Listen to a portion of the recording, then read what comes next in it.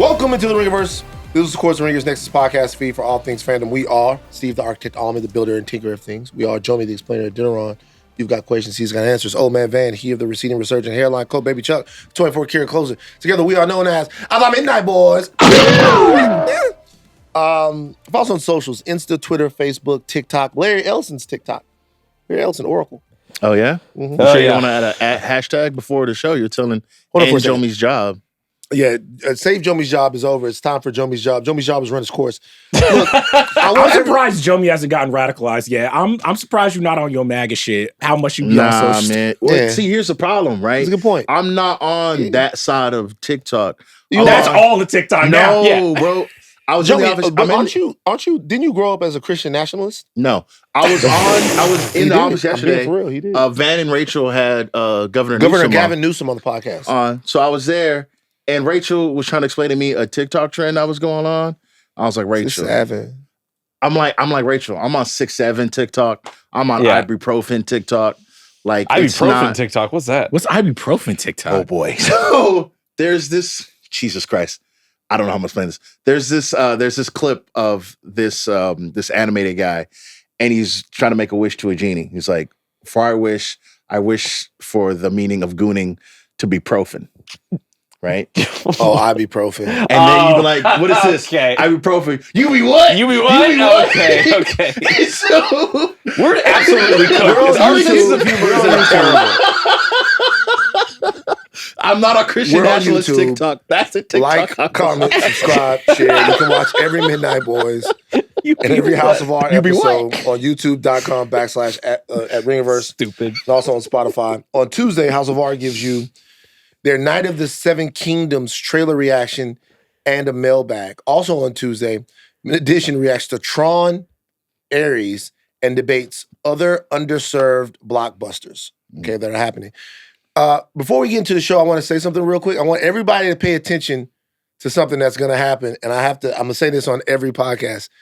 The AI bubble is about to burst. All right. And I want everybody to be wary of this. Like 80% of the U.S. GDP right now is basically 6 companies who are playing the AI Ponzi scheme together. Yeah. Mm-hmm. And when that AI bubble bursts, there will be a recession. So I want everyone to plan for this. Start pulling their money together. Something's happening financially. Get out of the... No one is really talking about, which is that almost all the growth in our economy is based around AI. I just have to say this on every podcast. So please, divest. Please don't listen to some of the economic indicators that you are seeing because it's a mirage. It's over? That's it. That's all I have to say. Tough. On today's show, though, we're reacting to another bubble at DC. Yeah. All right. Charles won. It's a real shame. Unequivocally. Charles won. Unequivocally. It's a real shame. Yeah, Tough. Charles won. It's not. I mean, I'm not happy about it. It is what it is. Charles won. You are happy about it. I'm You're not always happy about it. Season 2 Peacemaker finale. Perhaps, from what people are saying to me, maybe the series finale. What people are saying, what James Gunn pretty much has said. So, to those on Twitter that were comparing this to the season finale or the series finale of Game of Thrones, and I said, bitch, this is a season finale, you were right, and I apologize to you. I'll never apologize on Twitter, though. Peacemaker spoiler warning. We're getting ready to talk about Peacemaker. You're listening to a reaction podcast. The spoilers are coming. This is going to be a spoiler-filled episode for everything in DCU. We're all spoiling it all. Okay, but before we do it, Midnight Manifest, Chuck Wagon, take it away. All right, this is your Midnight Manifest for the season 2 or maybe the series finale of Peacemaker. Full Nelson, directed and written by James Gunn. Chris is in prison, refusing visitation from Hardcore, Adebayo, Economos, and Vigilante. Meanwhile, Rick Flag Sr. and Argus are sending in agents to investigate the Quantum Unfolding Chamber. Flag is partnering with Lex Luthor on the operation, and all Hardcore, Bordeaux, and the rest of the agents know is that they're searching for a dimension habitable by humans. As Flag becomes drunk with power, he sends numerous Argus agents to their death. When he reveals that the habitable dimension will be a prison for metahumans, humans called Salvation. Most of our recurring cast of agents bounce. Adebayo bails Chris out of prison with the help of Adrian's blood money. After many melodramatic speeches, Peacemaker's friends make him realize he's loved and not a walking curse. We also get an extended flashback to Chris and Harcourt falling in love at a Nelson show. Together, Peacemaker, friends, and Argus agents use Vigilante's drug money to start Checkmate, a company meant to save the world. That at episode's end, Chris is kidnapped by Rick Black Sr. and sent as the first test subject to live in the Salvation dimension. That has been your Midnight Manifest for Peacemaker Season 2. All right, Van, I want to start with this. But even before I booted up the episode, I was scrolling through Twitter and I saw a bold proclamation that this was among one of the worst season finales of all time. Do you want to use your platform right now to expand upon these thoughts? Because the nerds are coming after you once again. See, this is when you guys know that I'm locked in when I start Van's playing. like, Van's got the 1,000-yard stare right When I now. start playing the trumpet, like Bleak Gillum from Motorhead Blues. Yeah, so it was really, really bad for me. Just to be honest with you. First of all, I want to give props to the cast. I talked about Bordeaux a lot this year, but over the course of this season, another lady stole my heart. Danielle Brooks. Danielle Brooks. Danielle Brooks is great. She carried this episode. But she carried the episode. She carried the She whole was carrying season. more than that, But bro. these are the women that I really love. I looked at her. I'm like, man, I want to take her to the movies. She's Like, a you know great, what I'm saying? It's she's like, a beautiful woman. like, When she was that's running a from the Nazis in the beautiful- last episode, I'm like, Oh, that's a beautiful. I like you. I just say Jesus Christ. Good, bro. Aleya's in the back room like, bro, we not I finding Jesus apologize Christ. to all the women across the world and the women that have existed and will exist. But to the ones in the future too. But Guys, come on. yeah, that's a beautiful, beautiful lady. Yeah. Okay, now to the show. The answer is no. To almost everything. When I say that, for me, nothing worked. Like nothing worked in the finale. Okay, forget about the non-payoff of the big cameo that everyone thought was going to happen. They never said that was going to happen. We thought that was going to happen. So Yeah. that's not on them. Yeah. What I'd say here is that the worst parts of sort of what James Gunn does sometimes all reared their head in this episode to me. Mm. The needle drops along with the band just is fucking ridiculous, bro. There was 4 or 5. Like, There was five. like, there was song 5 length. montages. They had the one at the beginning, right? And then there was hold on, I got there was one on the boat. There was One one. on The the first boat. one on the There's boat. Stop fucking my heart in the ass. There was That was for the one- dimension hopping. Holy shit. Okay. They had the drinks before the credits, right? Yes. Then there was the QVC montage. Yep. Then there was ads and Sasha. Then there was Peacemaker and Harcourt, which is a montage inside a montage. Yes. And then you had the Foxy's and Jam theme song near the end. It was a lot. It was a And lot. What it started to feel like was that there wasn't any story to tell. Yep. Yeah. Was that there wasn't anything that this season finale actually had to say. And so what we were doing was gunning it up in order to get to the end, which is somebody pointed out on Twitter, was essentially a pilot for Checkmate. And Checkmate, if you guys don't know, Checkmate is a spy organization that exists in DC that seems to be the organization that was created in this season Yeah. finale. And then when we get to it, leaving Peacemaker and Salvation to kind of figure out who else was going to go there and what was going to happen and all of that. Beyond that, what the show would have had to have done is pay something off emotionally in this episode and leave these characters in a situation where I had some type of intrigue about what happens next and some type of catharsis about everything that they've been through. And there was just too much distraction from what was supposed to happen kinetically in the story to really get there. There's a sliver of it. There's a sliver of it that can't carry an entire No. episode. Well, They tried to do it. We can't have it. There's no sliver. No, they tried to do it, Christ. and it didn't work. I'm not saying that it wasn't attempted. I'm saying that with everything else that was going on, even Adebayo, when she is talking to Chris, it's a scene that should really work. And in a season finale that has more of a thematic energy and knows what it is, it would have worked, but it couldn't work because there's too much that they've thrown at you and you don't know really what's going on. It was too disorienting for me at all. I'm not saying that Steve's point for Steve doesn't work. I'm talking about for me, there was no sliver. Mhm. None of the emotional stuff even worked. Even the revelation that Flag is actually using them to figure out a prison in these many dimensional doors. Watching all of their people die, that should have been something that was much more. It's just something that happened. You know, We don't like have an watching emotional Cupid connection die? Borderline to yeah, anyone who yeah, dies. Yeah. Because all of our died. heroes live. So I'm Right. like, who? Like even when Flurry is talking about, like, it's a kind of funny scene. He's recounting like going to the strip club, all this other stuff. You could see James Gunn trying to situate like, here's this character, he's about to die. But I'm like, why would I care? This isn't anybody I've spent time with. And by the end of the episode, it's kind of like, wait, why is Judo Master here now? Why is Flurry here now? I get because they watched all their people die, but I'm like, they're going from that to immediately jumping to checkmate. It was a backdoor pilot that seemed so rushed. And it would have made sense if they would have set up stakes for a character, then we would have had to say goodbye to that character. Like, even if they decide to kill Judo Master. Yeah. If Judo Master Yeah. dies in that thing, after we've gotten to know Judo Master in the episode before, it's, oh, well, now we've seen that this character has some dimensions. We've had a little bit of a relationship with them. Now they're gone. Now we cast Flag in this. We feel this way. It was just too much. They didn't commit to anything. I would, to Steve's point, like a sliver.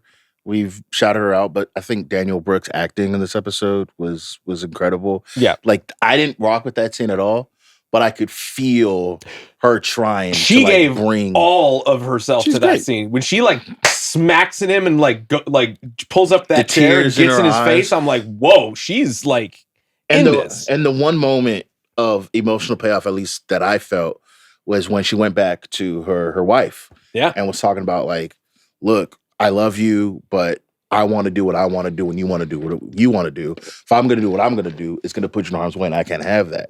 And I was like, wow, this really means something, which kind of undergirds the rest of the episode, at least for me, because I'm like, I should feel way more about the payoff with Chris and the 11th Street Kids and Chris and Harcourt. Mhm. And I don't at all. It looked like a bad version of the end of Guardians of the Galaxy 3. Guardians of the Galaxy 3, when that ends, you are battered emotionally by not only what happened in this movie, but by, at this point, Gamora has died. Mm-hmm. At this point, the Rocket stuff. Nebula, the Rocket stuff, Yeah. all of that. And then by the time these characters find their way at the end, you almost breathe a sigh of relief, even for the journey of Star-Lord and all of that stuff. So when we're having a fun, cheesy time at the end, and there's a dance and there's a song and all of that, you're actually breathing out.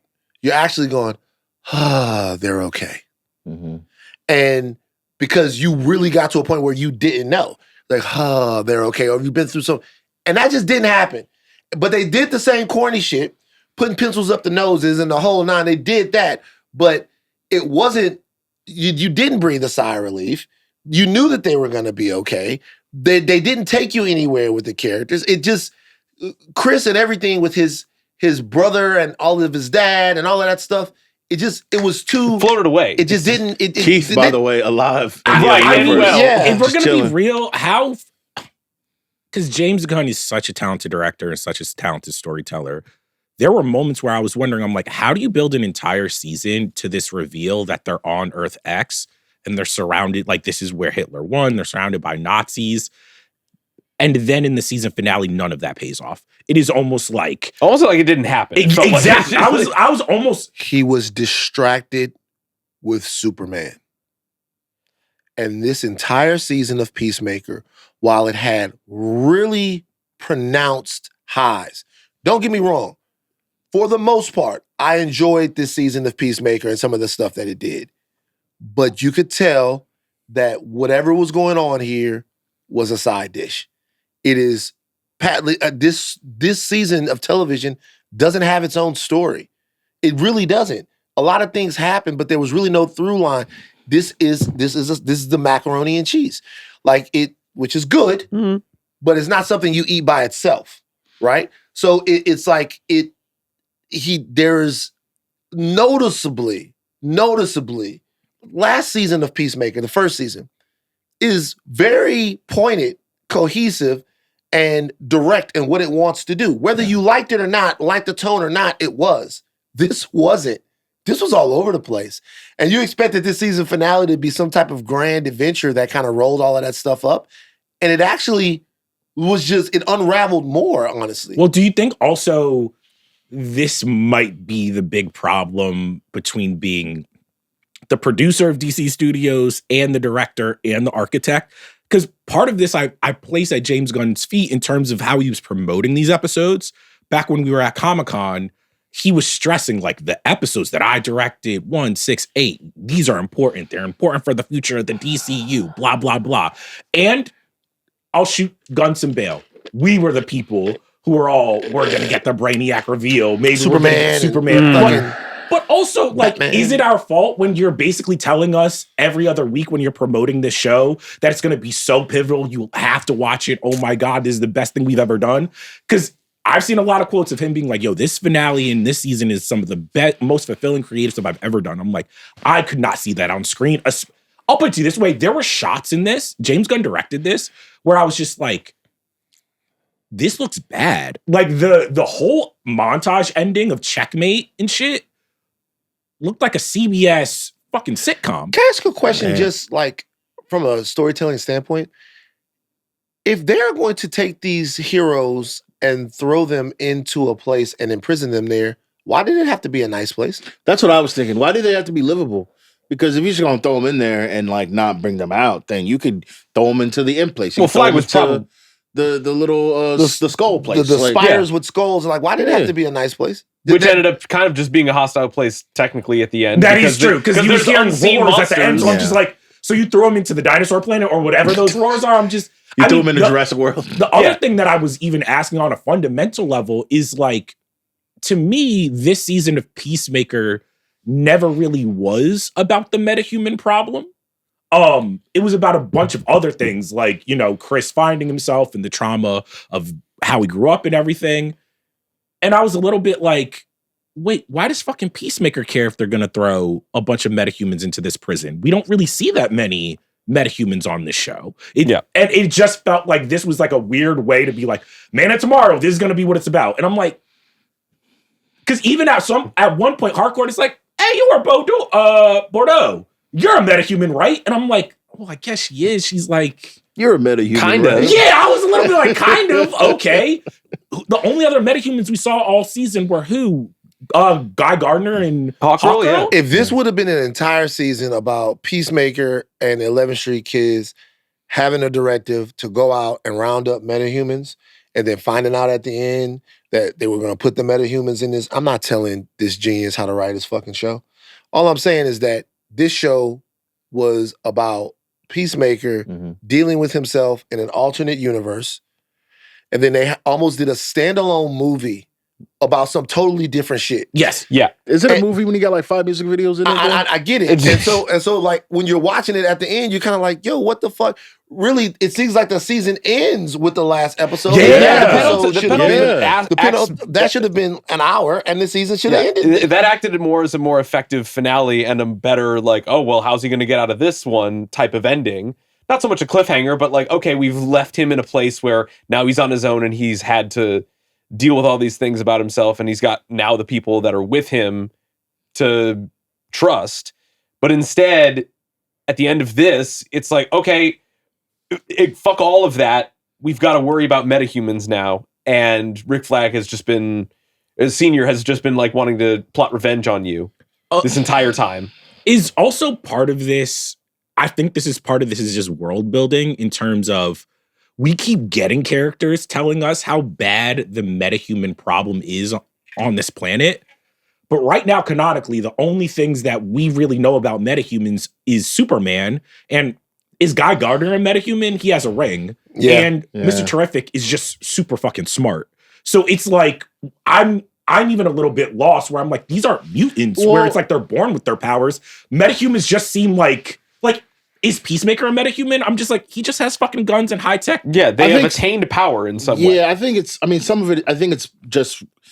I don't want to say shoddy world building because I don't think that's fair. But like in the scene where they're talking about salvation and he's pitching into Secretary of Defense, and they're talking about like Arkham and Bel Rev. Like these are places that like we've seen Bel Rev in James Gunn storytelling. We haven't seen Arkham. They're just trying to like widen the world. Like metahuman problem. We just haven't seen it. Like we haven't seen Arkham. We haven't seen a metahuman. It's just something to like give the bad guys something to talk about. Yeah, that's not what this season was about.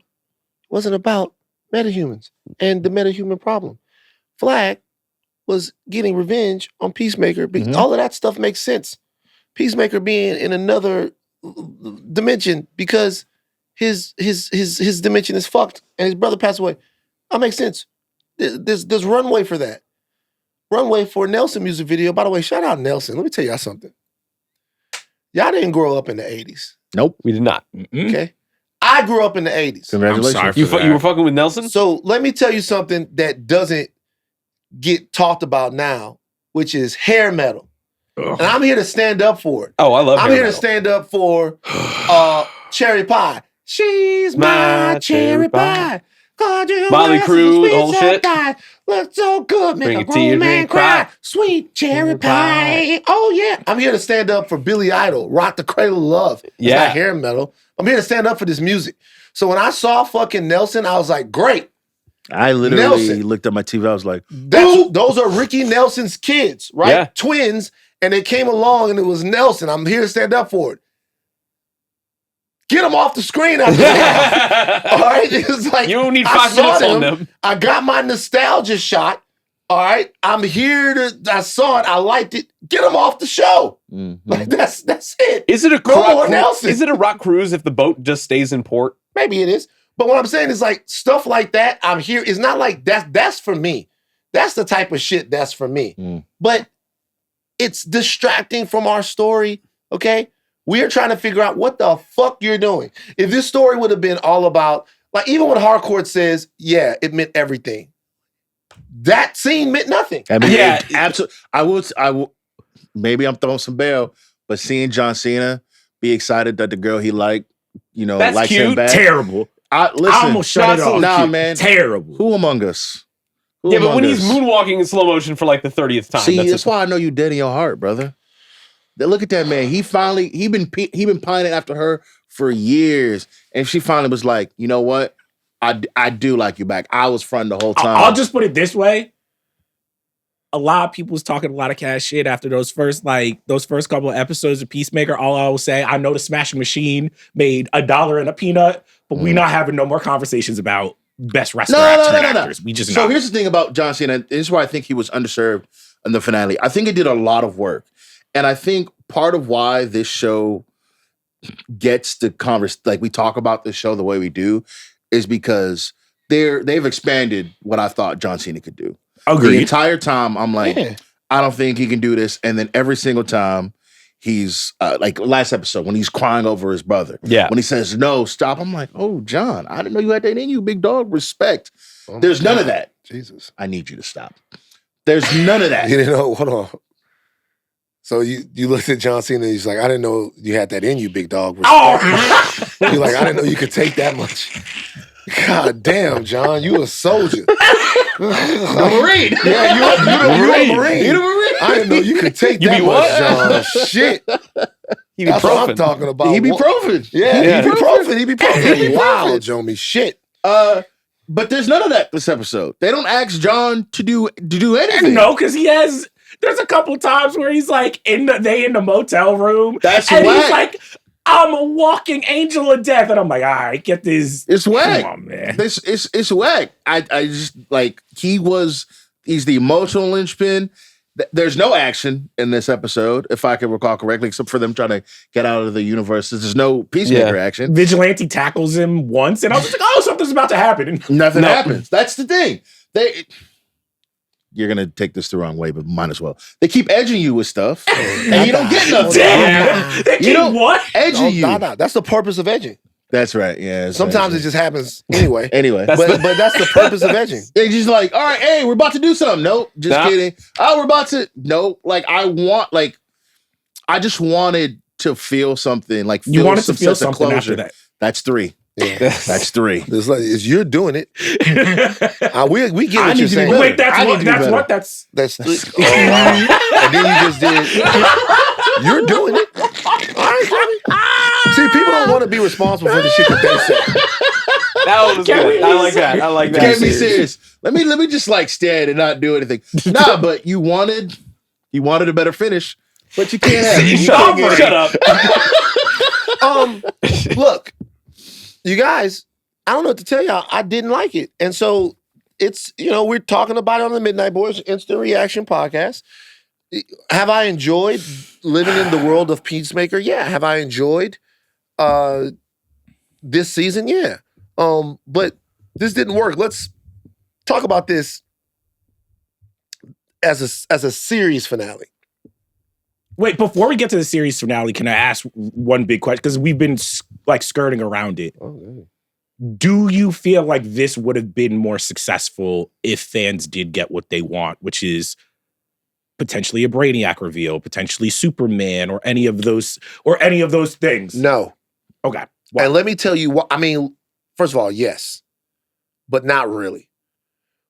Superman or Brainiac or any of that stuff showing up in this episode would have masked the fact that this episode is a complete departure from the rest of the season.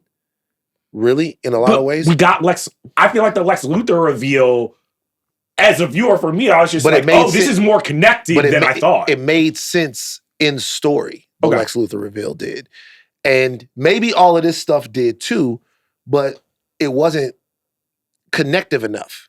It felt like a side mission. So if you'd have had Superman show up in this and maybe rescue Peacemaker at the end and then go, let's talk. We can help each other. Whatever. That might have kind of like gave you the oh shit moment that made you forget about everything else that you watched. That might have been, or a Brainiac. It might have, but still though, this was almost, it feels like the show needed 5 more episodes. Yeah. This was a break in a new story. And a new story where everything was wrapped up, everything was cool. We leave Peacemaker in a situation and you're legitimately scared for him, but it's not incredibly consistent with everything else that we've seen. Rick Flag gets the opportunity to, I guess, reconcile both his hatred for Chris individually and also now his allegiance to Lex Luthor. He turns full heel. I guess that matters, but not really, because that's what he was doing the entire season, was figuring out a way to fuck over Peacemaker. I mean, even his character, my big problem with this season finale is it felt like the characters, to your point, were acting as if they had gone through like an additional like 8 episodes of character development. Because I was like, all right, we know that Rick Flag Senior is villainous, or he has that in him. But in this, they start snorting cocaine and partying, and he doesn't care about any of his fucking people. And then Bordeaux becomes his not girlfriend, but then she's like, this is too much for me. I gotta bounce. And I'm like, none of that tension in was- montage. It's in a montage. One of 5.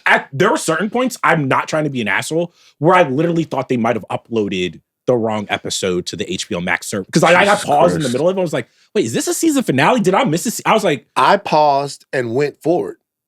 Like You fast forward, or you was like, you no. skipping this? I paused and went so I'm watching Oh, it, you checked the episode and count? I get to the point. I get to a point. I'm like, hold on for a second, because there's a lot. This episode was like, but then there's like 20 minutes of behind the scenes shit Yeah. or whatever at It's the only end. like 59 minutes of like actual but episode. I stopped at the 20-30 minute mark. And I was, to your point, I was a little like, wait, how much story is left? Because I was just like, almost nothing has happened. Yeah, after like the 3rd music video, I was like, yeah, what's going on? Are we gonna get somewhere? But never came. Does it feel like the emotional catharsis that Chris gets at the end of this season finale is kind of handed to him rather than earned? Well, I mean, he goes away and his friends have to pull him back. Right. And that is, they have to pull him back. That is, in theory, a very affecting thing. Sure. Like we've all been there with someone to where, like, I remember we had a friend that was going through something, and one of my niggas, we didn't know, we didn't have the language. Right. And we all sitting around and we're trying to talk to him, and one of my homeboys went, "Hey, bro, you just too sad, bro." Oh no!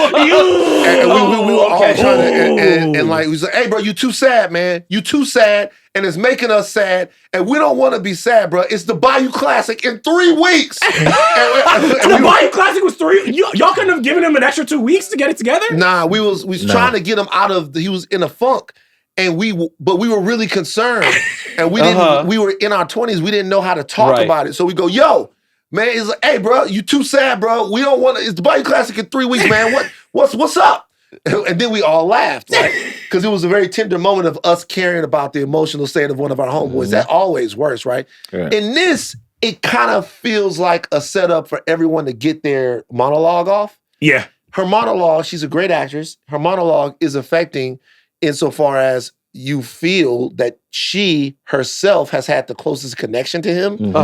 But it still felt a little shallow. It still felt like something that was supposed to happen at the time that it happened, and not something that was really important. It's because it's very in between these things that don't actually thematically make sense. Of like the thing that's played for laughs with like everybody getting killed in the alternate dimensions or whatever, and Rick Flag being an asshole, and then another music video, and then there's this affecting scene that really should have actually been stretched out so that everybody could have had their say, so that they could all come together and like give him a hug and make him feel like he's wanted and seen and felt good. But like, it's really only her. And then we're kind of just off to some more nonsense. And that really kind of fit. Like, that's when I see that there's a sliver of that where I'm like, you should have stayed here for like a good chunk of this episode to actually like have everybody sit down and understand why we actually love each other and why everything that happened prior to that is indicative of why you're important to us. We come back for you. We sit here with you, and we'll mourn your brother again with you. We'll see all these things through with that. And instead, it's just like, okay, get yourself back up, and we're going right to the Bayou Classic or whatever. If I'm being very, very critical, Bayou Classic is a yearly game between Southern and Grambling that takes place. It's no Bayou Classic. I'm not saying or whatever. Listen, let me tell you something right now. Okay. I'm not downplaying the Bayou Classic. Regina King thing. Like the Bayou Classic. That was a mistake between my Reginas. You know what happens? You know what happens? You know what happens? You're going to the Bayou Classic this year. I would love to go to the Bayou Classic. Bayou Classic, Southern, Grambling. Great. We can't be sad though. Can't be sad. Can't be sad at the Bayou Classic. Can't be sad. Southern, Grambling. Here's the thing though. It's this Saturday after Thanksgiving.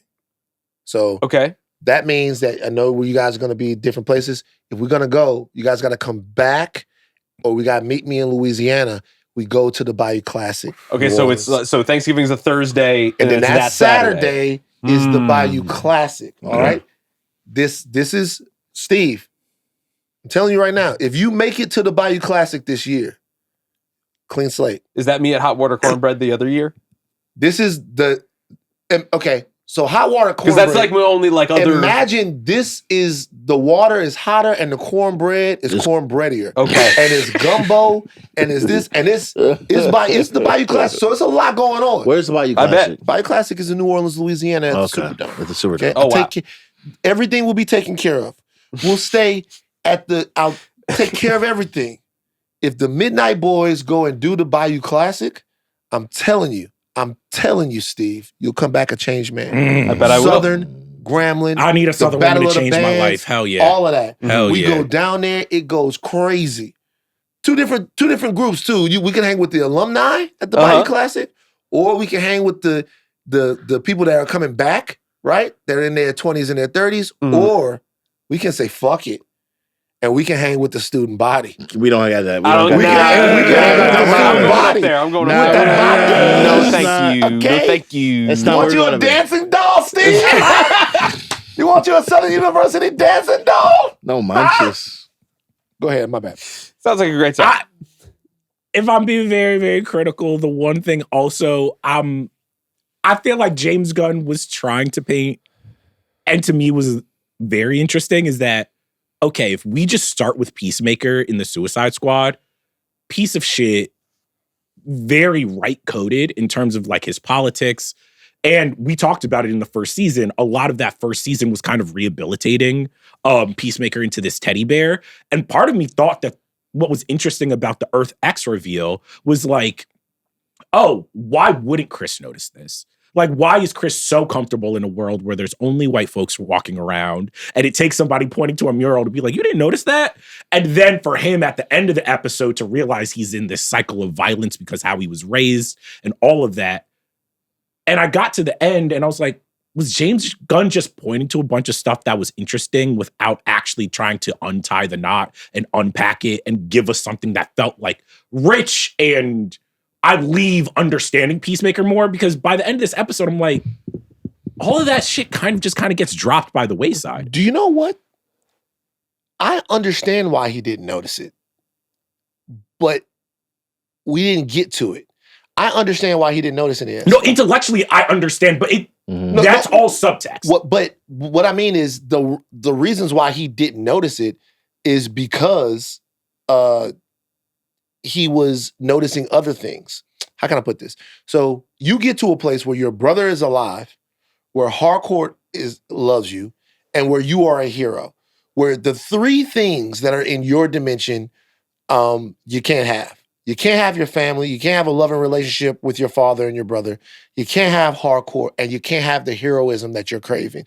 The show, that's why that Earth X stuff was so interesting. He wouldn't have seen anything else other than the fact that this was a place where he was loved, included, and revered, which is all that character has ever wanted. Mm-hmm. So if you're asking him to look around and be like, I don't see anybody like Adebayo, it would have taken him a long time to get there because he felt completely fulfilled.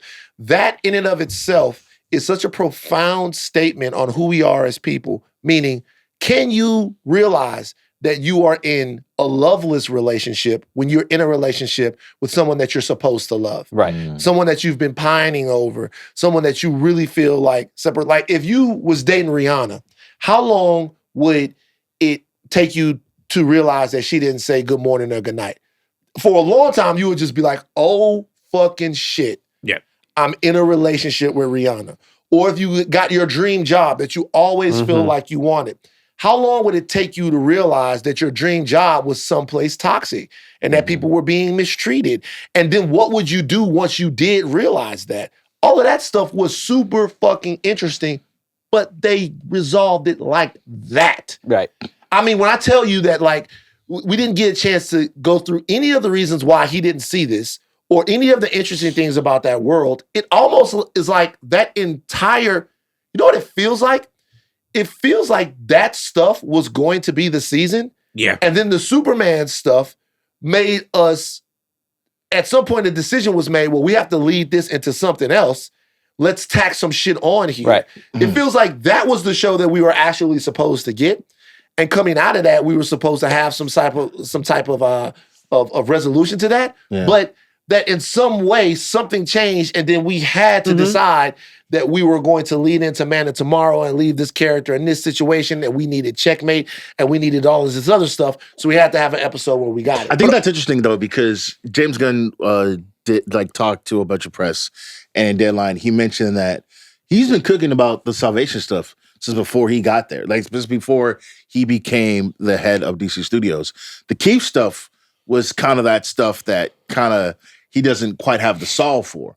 But the stuff that we found at the end, like that last 7 minutes with Flag and Peacemaker and Salvation, he's been cooking that up for a while. So it's interesting you say that, because that's the stuff that is going through his brain more than the Earth X Keith. The Salvation stuff to me seemed like the rushed part of this. Where it seemed like, even if that was the story that he wanted to tell, I'm like, to Van's point earlier, that should have just been the season, though. Like all of them, I'm like, because it would make more sense. I'm like, over the length of a season, them slowly realizing Rick Flag Sr. is sending all these people to his death. They're not revealing what it is. Bordeaux is this metahuman who is realizing she's, because that to me is also an interesting thread. Because like, how many times when you talk to people in like at that level of like secret organizations and government and all that shit, where they're like, they finally realize what they were doing and they're like, oh fuck, By this the way, is this it's is almost, it's And almost like that has never not worked. No, yeah. You know Yeah. what has never not worked?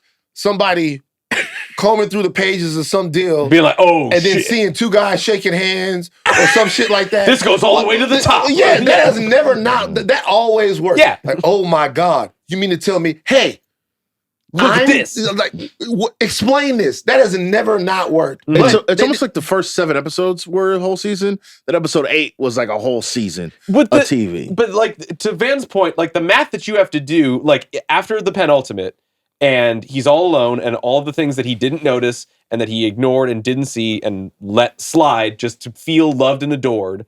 The math that you do as a showrunner or as a writer would be, okay, let's make sure that he knows that he's loved in his world. Let's have all the people enforce the fact that he is a hero. It's smaller stakes. It's like the world might not love him, but the people that are closest to him do. And those are the things that you really need to hammer home in that finale. I'm not supposed to want to go back to a Nazi world. Exactly. And I wonder what I want to go back to. oh, coming that out. Yeah. I want to go back to the Nazis. Not I'm the just first saying, time man. somebody has said that sentence in the last Right, couple yeah. years. Yeah.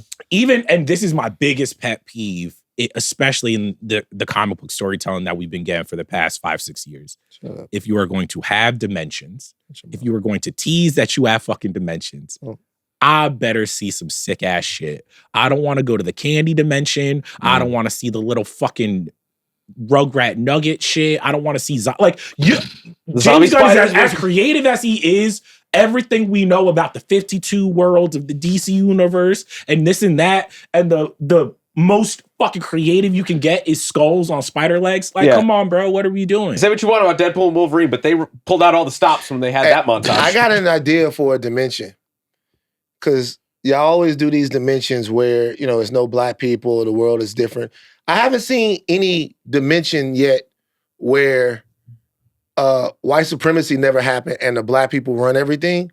How about that dimension? Do that. Well, they do have that in the comics when they made Barack Obama Superman. They had the black Wonder Woman. That's true. Yeah. I've seen it in the I want to see it on screen.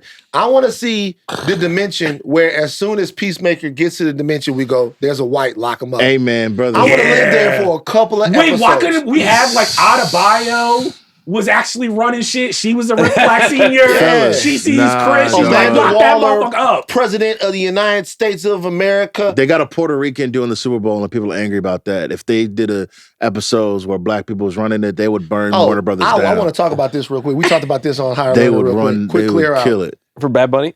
No, not Bad Bunny. Shout out to Bad Bunny and whatever's going on. He's bad and he's a bunny. He's great. The Ubisoft game. Oh, I knew. Yeah. Wait, what? Yeah. Hold on for a second. So bro. they were gonna, real quick context.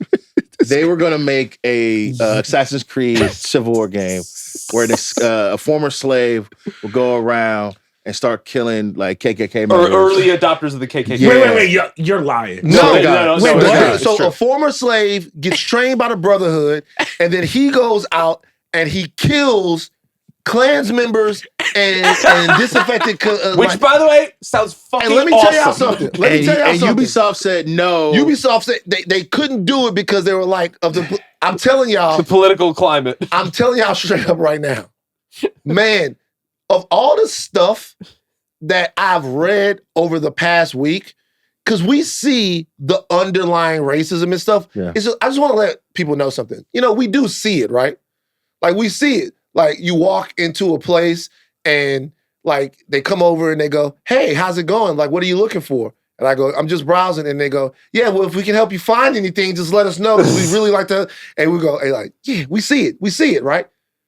The fact that we can't kill the Klan in 1885, a terrorist organization, the fact that we can't go and hunt down the Confederates, insurrectionists, and trade, like that is profound. Like we see that. I watched that. We are a month removed from a raging white supremacist getting capped, and motherfuckers built the statues. It's not that crazy. Look, this is what I'm saying. I'm saying, in a real way. When I read that, I was like, "Oh, huh, that's funny." So when I sent that around to everybody, I was like, just to let you know, the world doesn't want the Klan to be the bad guys. Do you know how many people have been killed in Assassin's Creed? They've been killing French people. They've been killing everybody. They kill the bad people or the people of every single thing, but you can't kill the Klan. I saw that. I was like, oh, so just to I'm sorry that you guys are now going to be upset, but just to let you know that when they would lynch somebody, they would go into a house, and I'll just tell you guys about this from, I'm sure you guys have read history books, but these are people that would go into a house and they would take a man out of his house in front of his family. They would cut his dick off, right? They would hang him, and then they would hang him. And then after they would hang him, they would get together and they would take pictures of his body, emasculated, disemboweled, and then they would have fun. And then they would go, this is what would happen. I want to let y'all know about what y'all ancestors would do is they would go into places and then they would terrorize places. They would burn people's homes down. They would dehouse them. They would kick them. They would make them move. All of these migrations that you saw were based on the fact that white terrorism ran rampant in the South, and this is what it was. And we can't make them the bad guys. In a fictional thing. We can't make them the bad guys. And we circle back to not just Peacemaker, but I think this kind of generation of all content. The thing that I'm starting to notice is the creators having enough courage to be like, look at this alternate world that is full of like Nazis and where racism won. And they'll like point to it. But to your point, almost not make a real commentary on it. Yeah. Basically, because even with Peacemaker, the thing that I was a little uncomfortable about is like where it kind of ends up is like, well, you kind of have to talk with these people with a level of understanding. Like our Chris, we're just like, well, yeah, we know that you killed all these people and you were raised in this way. But if Adebayo was like, but I know deep down you're a good person.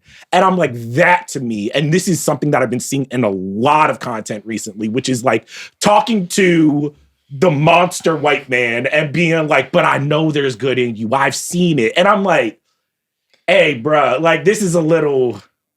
Man, I just want to let Ubisoft know I would have bought that shit. Everybody would have bought it. It would have been a great game. I would have bought that shit and I'd have gave it around. We would be in everyone. a civil war right now. I'm just letting you know. The internet would be. I would have just let you guys know. The Confederate flag. That's my daddy's flag. How could for the Klan to be the bad guys. All right? It's okay. They're terrorists. They're terrorists that want to kill black people and Jewish people and Catholics.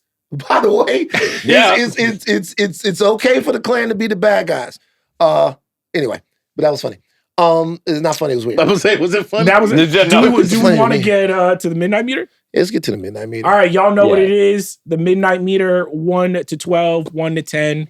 1 being the worst, 10 being the best. 11 and 12 true game changers. I'll start with Jomi, Mint Boys. What we giving? I feel like before the finale, I probably would have given this like an 8, maybe even a 9 if they stuck the landing, but they didn't. So it's gonna be 7. It's gonna be 7. Yeah, Peacemaker. The emphasis of sticking the landing is actually kind of the thing that really fluctuates a grade, and it's not even so much recency bias, but it's really the thing that bookend a story that really cement your intent with what you wanted to do with it. Like it was middling for me with like Loki season 2. Like it was fuzzy in the middle, but they really stuck the landing, and that's what I loved about it, and that's why I liked it so much. This was like an infuriating finale to an otherwise pretty good season of TV. Hey, real quick. And with that, I'm giving it a 6. Real quick, don't ever in your life put Peacemaker and Loki in the same sentence ever again. Daddy. I'm really only giving it some sort of like context to why I'm giving it. Because I was thinking about it, man. Because can I fuzzy by Loki? I've been trying to be nice. I've been really trying to be nice this whole episode.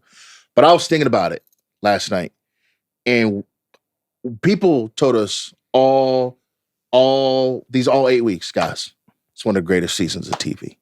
We're watching cinema right now. Oh my gosh. And it was good. Motherfuckers was yelling at us that we weren't doing every single But at that point, it's on us for believing that every time. It was some of that. But just like, I would read online. I'm like, I'm going on Reddit. I'm on Twitter. I'm everywhere. guys, man, this show is crazy. Oh my gosh. Oh my this is God, the best Lucy show." didn't let me kick the And football. I'm like, I'm starting looking at myself. Maybe I'm tweaking. Maybe I'm tripping. Maybe I'm not seeing something. Maybe there's something wrong with me. Let me go back into film. Let me log back in. And then I watched the season finale. I'm like, yo, when I was watching Loki, we saw a character who we thought we for sure knew. We were like, we know this guy. And we found something new in him to bring out something new into that character. Special.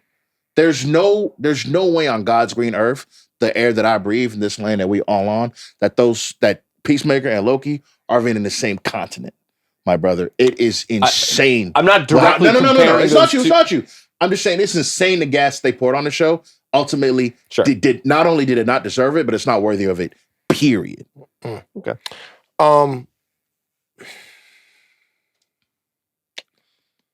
gotta give it a 6, man. Damn. How am I? How am I the highest score? I'm gonna be real, bro. I gotta give it a 6. It is really not a. You know what? No, I can't give it a 6. You know why? I think Stand on it. Just stand on no, it. but let me tell you why though. The way I feel, I want to give it a 6. Because it does kind of feel like the finale flushed the whole season down. It kind of did. It kind of does. It does. But if I'm being objective about the entire season of the television, I feel like a 6 right now. But it's actually a 7. Yeah. I feel like a 6. How I feel right now is that the finale really ruined the season. But there's still a lot of interesting stuff. Moments that really mattered. Episodes that I thought were really good. And they really put the characters in some really interesting tension. I gotta give it a 7 because I gotta be objective. That's fair. But goddamn, I'm feeling like a 6. I tell you what, it's no Demon Slayer. Nothing is. It's no Demon Slayer. Look, y'all wanted me. Y'all got me. Give me some other stuff. I want to watch. We got Chainsaw Man coming up soon. Chainsaw Man. Yeah, I'm the Chainsaw Man now. What else? What y'all have? Mugu Dan? What's his name? What? I love this. Who? Mudang? What's his name? Who? Isn't that the baby hippo? No, it's something Dan. It's a Dan. Don. I'm fucking with all of them. Mudang. Wait, did you take the hippo? Mudang? No, it's something else that people were talking. Isn't it the one that has Moo in it? Mugen Train? Mugen. Oh no, I'm thinking of Mugen. Yeah, you see that. I watched Mugen Train. I'm thinking of Mugen. Mugen. I'm down with Mugen. I'm down We with can just Don rewatch the entertainment arc. I'm down. Oh, bruh. They had whores in the entertainment district. Sex workers. Oh, excuse me. I apologize. Sex workers. It's work. I apologize. Okay, it's work. That's also all the shit we said today, and I'm like, it's sex workers. It's true. You're right. No, it's true. They got sex workers in the entertainment district. Shows for kids. Hey, two things. sex Plans workers. bad, sex work. Sex work. It's sex work that are good. why I call it a job. When we go to New Orleans, you will be hit up more than any of us by sex workers. They will see you and they'll be like, "That's the one for us to rob." Right. But That's true. I'm very robbable. what you got on a midnight meeting? I think one of the worst things that a season or a series finale can make you do is ask the creator for your time back. And yeah, after this, I was like, damn, I wasted 8 hours of my life that I'm never going to get back. And I think James Gunn is very talented. He's one of my favorite superhero directors of all time. But he's been talking a lot about how scripts need to be finished. We can't be doing all this shit with small here, blah, blah, blah, and all that. With that being said, like, this is a 3. Oh, this is a wow, 3, dude. Right That's like in a- no punk. No, it's Let's fine. He's had good philosophically years. disagree with this show, Superman worked, but it's sometimes I'm just like, I'm remembering why I like that Kevin Feige was in the top. Like, he's like, Kevin Feige, when some shit didn't work, you would hear from him. He's like, we got something more for you. I mean, Kevin Feige definitely has lied to us. Like, let's not. Yeah, that. but like, well, fool me once, shame on you. Fool me twice, shame on me. James Gunn was also been, the Flash is crazy, man. The Flash. We got on Comic-Con, guys, episode 8. That's when we all should have just taken that with a grain of salt. Can I say something about the Flash, y'all? Just about it overall. Okay, just overall. You're not finna defend If the Flash. you I'm not about to rewrite history, say it's I'm not about to defend it. What I'm saying is this. I was like, I want y'all to understand something about the Flash. The Flash is like Arch Manning. Jesus Christ. I'm just hearing listen. you. I'm hearing you. Just listen. It was too much riding on it, pause, for them to tell the truth. Okay? Now, I want you guys that know college football to think A lot of profin. To think about Arch Manning. Mm-hmm. The only person that halfway kept it real about Arch Manning was Archie Manning, his grandfather, who everybody else was like, Arch Manning is going to be the number 1 pick in the draft. Archie Manning was like, Arch Manning will be back in Texas He's not next coming year. out. He's not coming out. Coming out. He's not coming out. I remember when he said that, I was like, oh. But there was so much riding on it that they had to lie. There was no way that Sarkisian and everybody else could have been like, this kid that we told y'all was the greatest and all of that stuff. You know what? He really is like Trent Dilfer. Mm-hmm. Not even in There's college, an economy in this lie. There's this kid is really... Trent Dilfer at the crib, like, yo, me? Yeah, but Trent Dilfer was good in college. Yeah. So they couldn't do that. And that's what the Flash was. They, at that point, I'm not shooting Bell, but they had a lie. They had a lot. They could have. Did they need that many people? Did they need to enlist Tom Cruise? They needed to pull out all the stuff. If it's a lie, we're going to stand on that. If it's a lie, we're going to stand on the lie. I'm not saying that the lie was okay.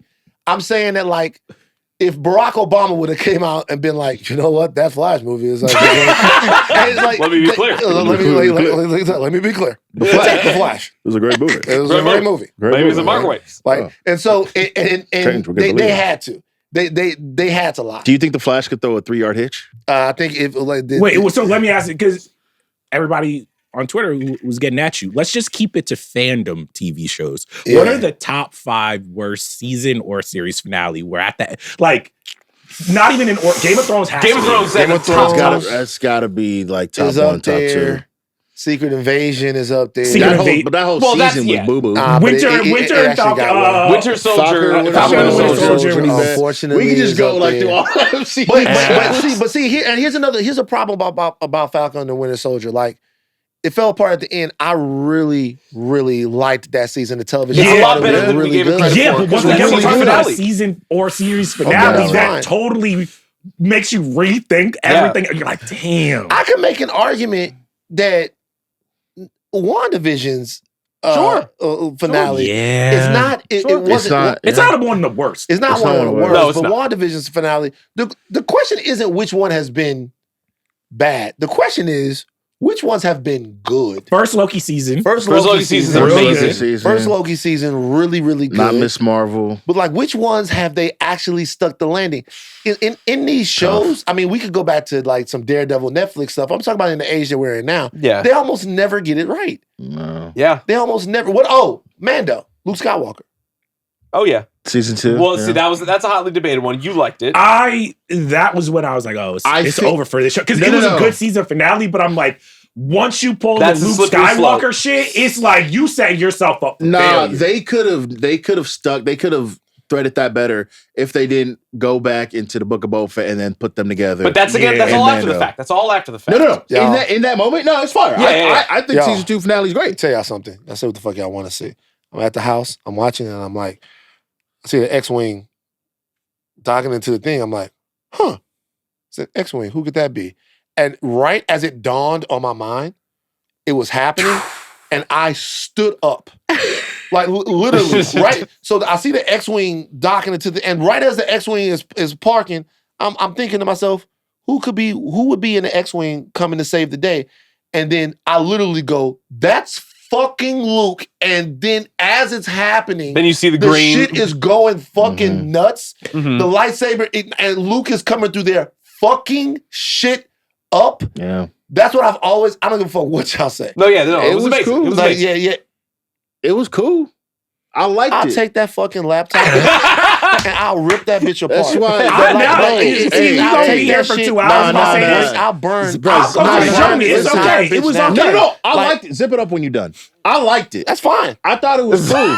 I've been doing this for a long time. Make sure to wipe your mouth. Yeah, I thought it was since cool. 1986. I liked it. I thought it was cool. But if you gonna commit to taking away Grogu from Din do it. Don't then. I'm not put talking them about that. back. That's later. That's after the talking fact. about. It's all Oh, after the fact. Yeah. Talking about in general. Like Yeah. that's why that finale like sours on people. It's after the fact. In the moment, we're Yeah. like, oh yeah, no, oh my gosh, Luke Skywalker. He take the helmet off. He's crying. This is great. This is cinema. We all had a great time. Yeah. So after the I fact, can't you go believe like, you just told me to zip it up when we were talking about Luke. At least the one that I'm sucking brother, is he big. was all the way down And your throat. you suck the dick of Agents of Shield. That's a little dick. It's a little At dick. least that's a tiny dick. Mike, At least the dick that I'm on is what a you nice, say- throbbing, What you saying is that gigantic dick. you better at sucking bigger dick than I am. What I'm saying is that And I you're suck gonna big suck it dick. should be Yeah, if you- substantial. if you Yeah, don't you suck- can't- you can't say you're good unless it's You that. can't just suck any old dick. Only like, big dicks. You get like sucked. this trying to edge that that's nobody honestly even the problem with wants. the MAGA bros. They're glazing a micro penis. That's just That's a their damn issue. You know what I'm saying? Like we suck Obama's dick.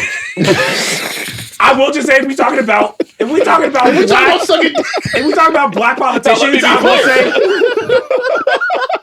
it is fuck Eric Adams forever. But did y'all see I like it. Did you see him be like, yo, He's starting to grow on me. I became mayor, I need No. you.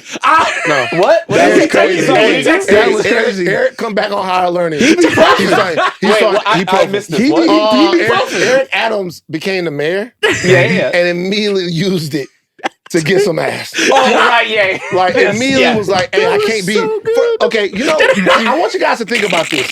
It's not. Think about all the I can't do this without yous that you. Right. I can't do this without you. Like, when you do it, I can't do this That's without the you. oldest trick in the book, When you by the do way. it, I can't do this without you. It's like, yo, I gotta go to this thing. I don't want to go without you. I just need somebody to support me. Yeah. I want to do this. I can't do this. It's a without Hail you. Mary.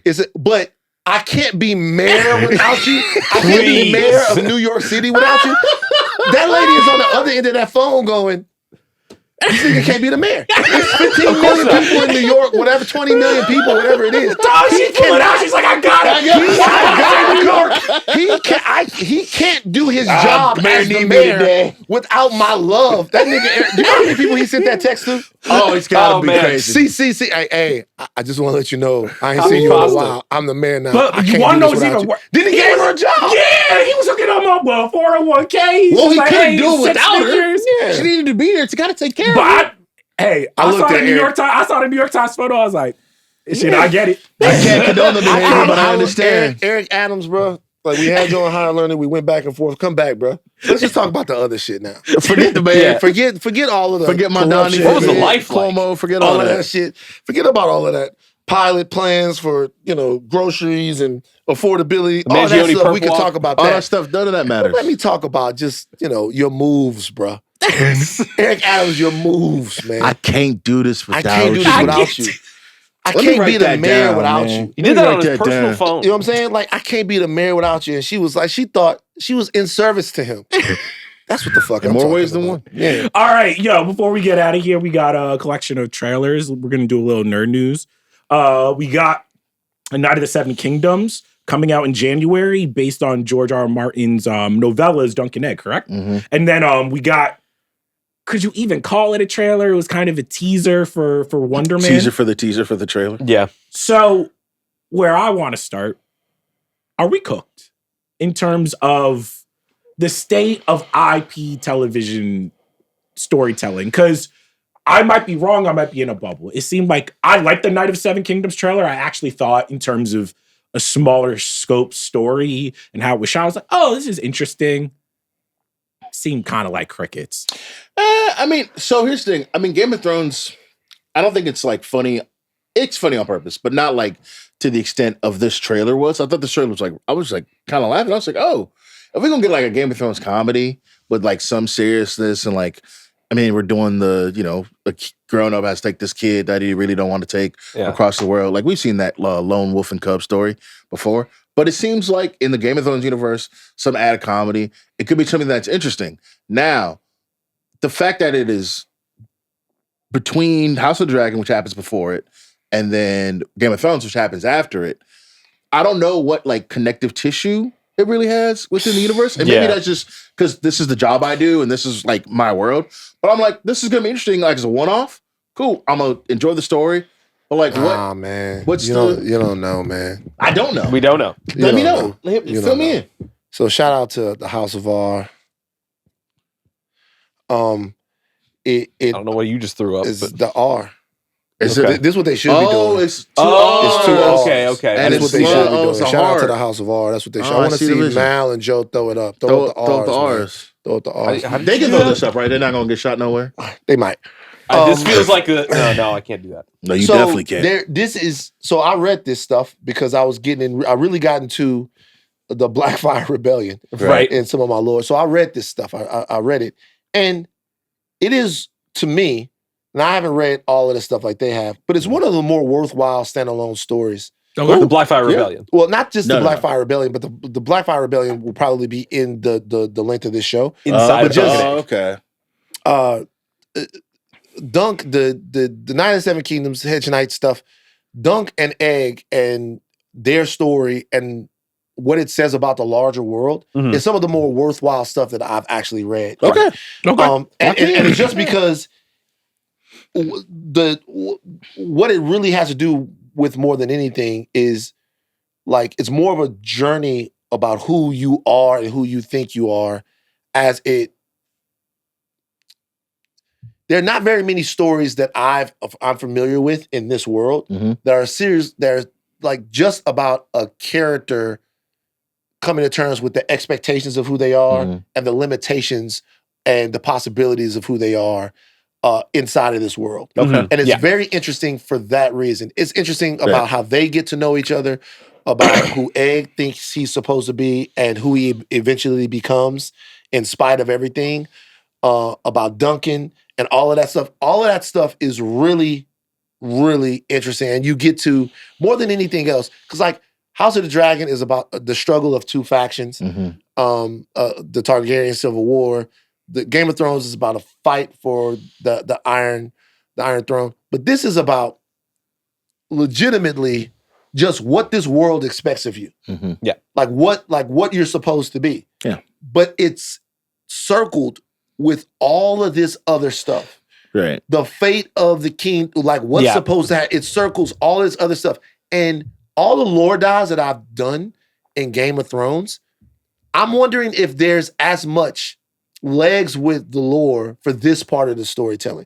When I talk about Robert's Rebellion, and the reason why I'm so obsessed with that story is because it's really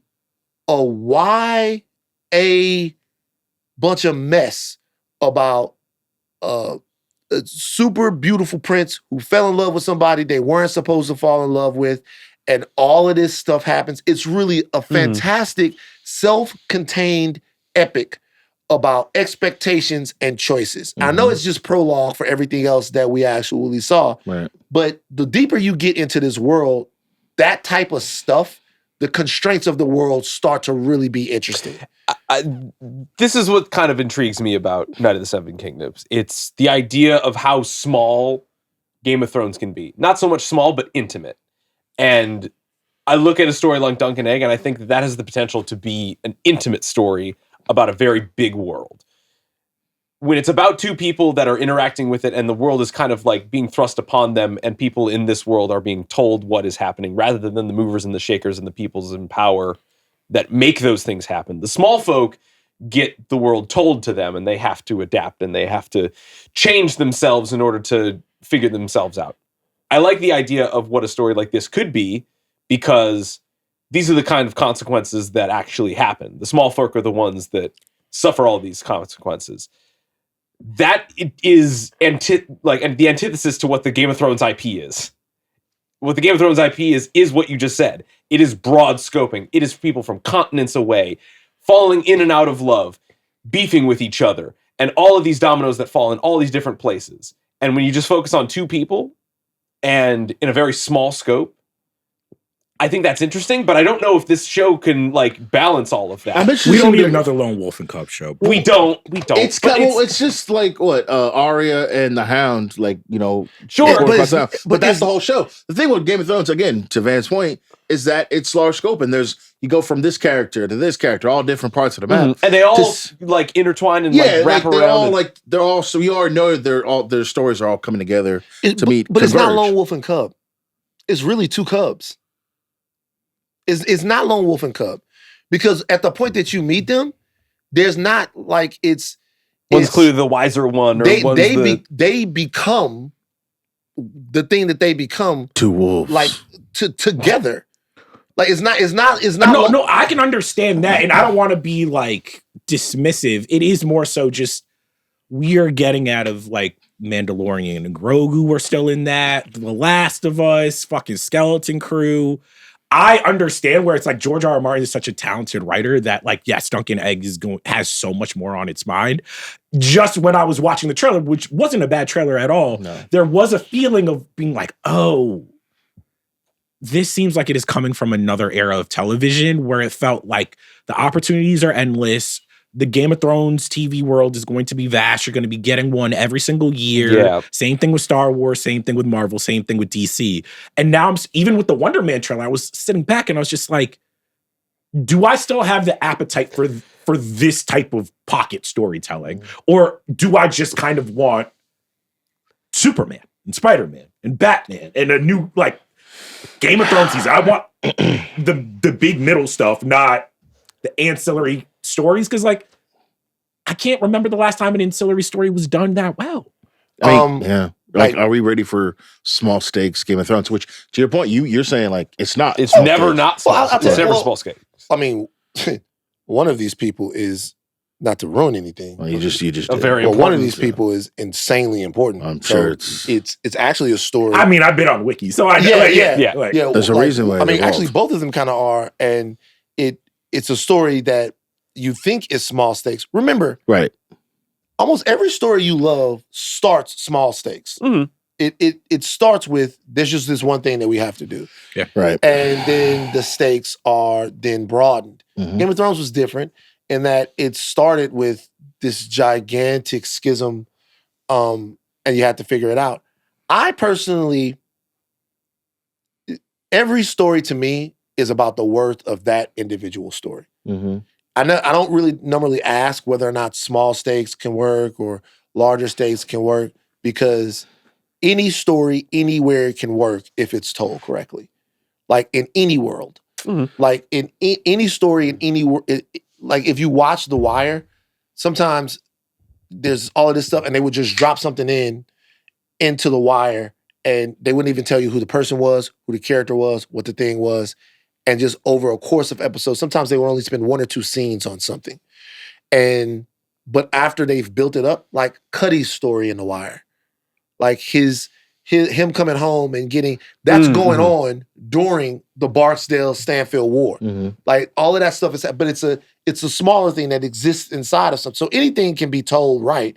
They just have to tell it right. I don't disagree with you. I mean, in fact, I like legitimately think you're correct there.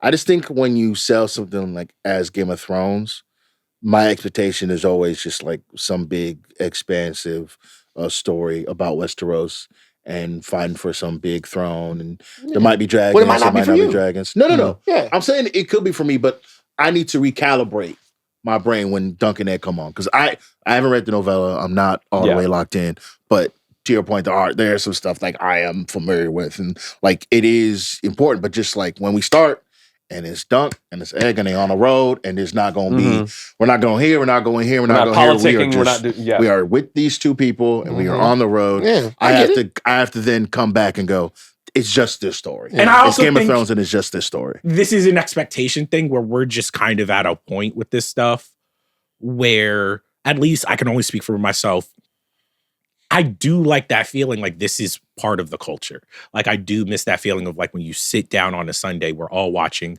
Game of Thrones, or even if Andor wasn't as big, it feeling like, oh, all the nerds in my life are talking about this. This feels monumental. It feels like something that is like, oh, and like when I watch Night of the Seven Kingdoms, I'm like, oh, this is a good trailer, but this seems like it's going to kind of be, this might be in a pocket for people who really, really care about it. It didn't even seem like its goal was to be this like huge sweep, which is fine. It's just like, and that's not fair to put on the show. It's just more so I'm missing that, like, whether you liked how WandaVision ended, people were fucking locked into WandaVision. Loki. It's just, and I'm missing that energy. You missed the monoculture. Do you know why that criticism is interesting? Because it strikes at the heart of the central critique of this type of storytelling. When when we were talking about one battle after another, my critique was that one battle after another wasn't being held to that standard. The critique was that the movie cost $170 million and it was a movie that people didn't have to go see. Mm. It could be that expensive, but you didn't have to go see it, right? The box office didn't matter. You can make $170 million art piece and it doesn't matter if it makes its box office back because the art speaks for itself. And that was, in many ways, and I'll be honest with the audience and be serious here, that's in many ways a response to the critique that I feel like you're making right now, which is that if you make a piece of superhero or fantasy IP, that it has to be for everyone, that it has to be a gigantic thing.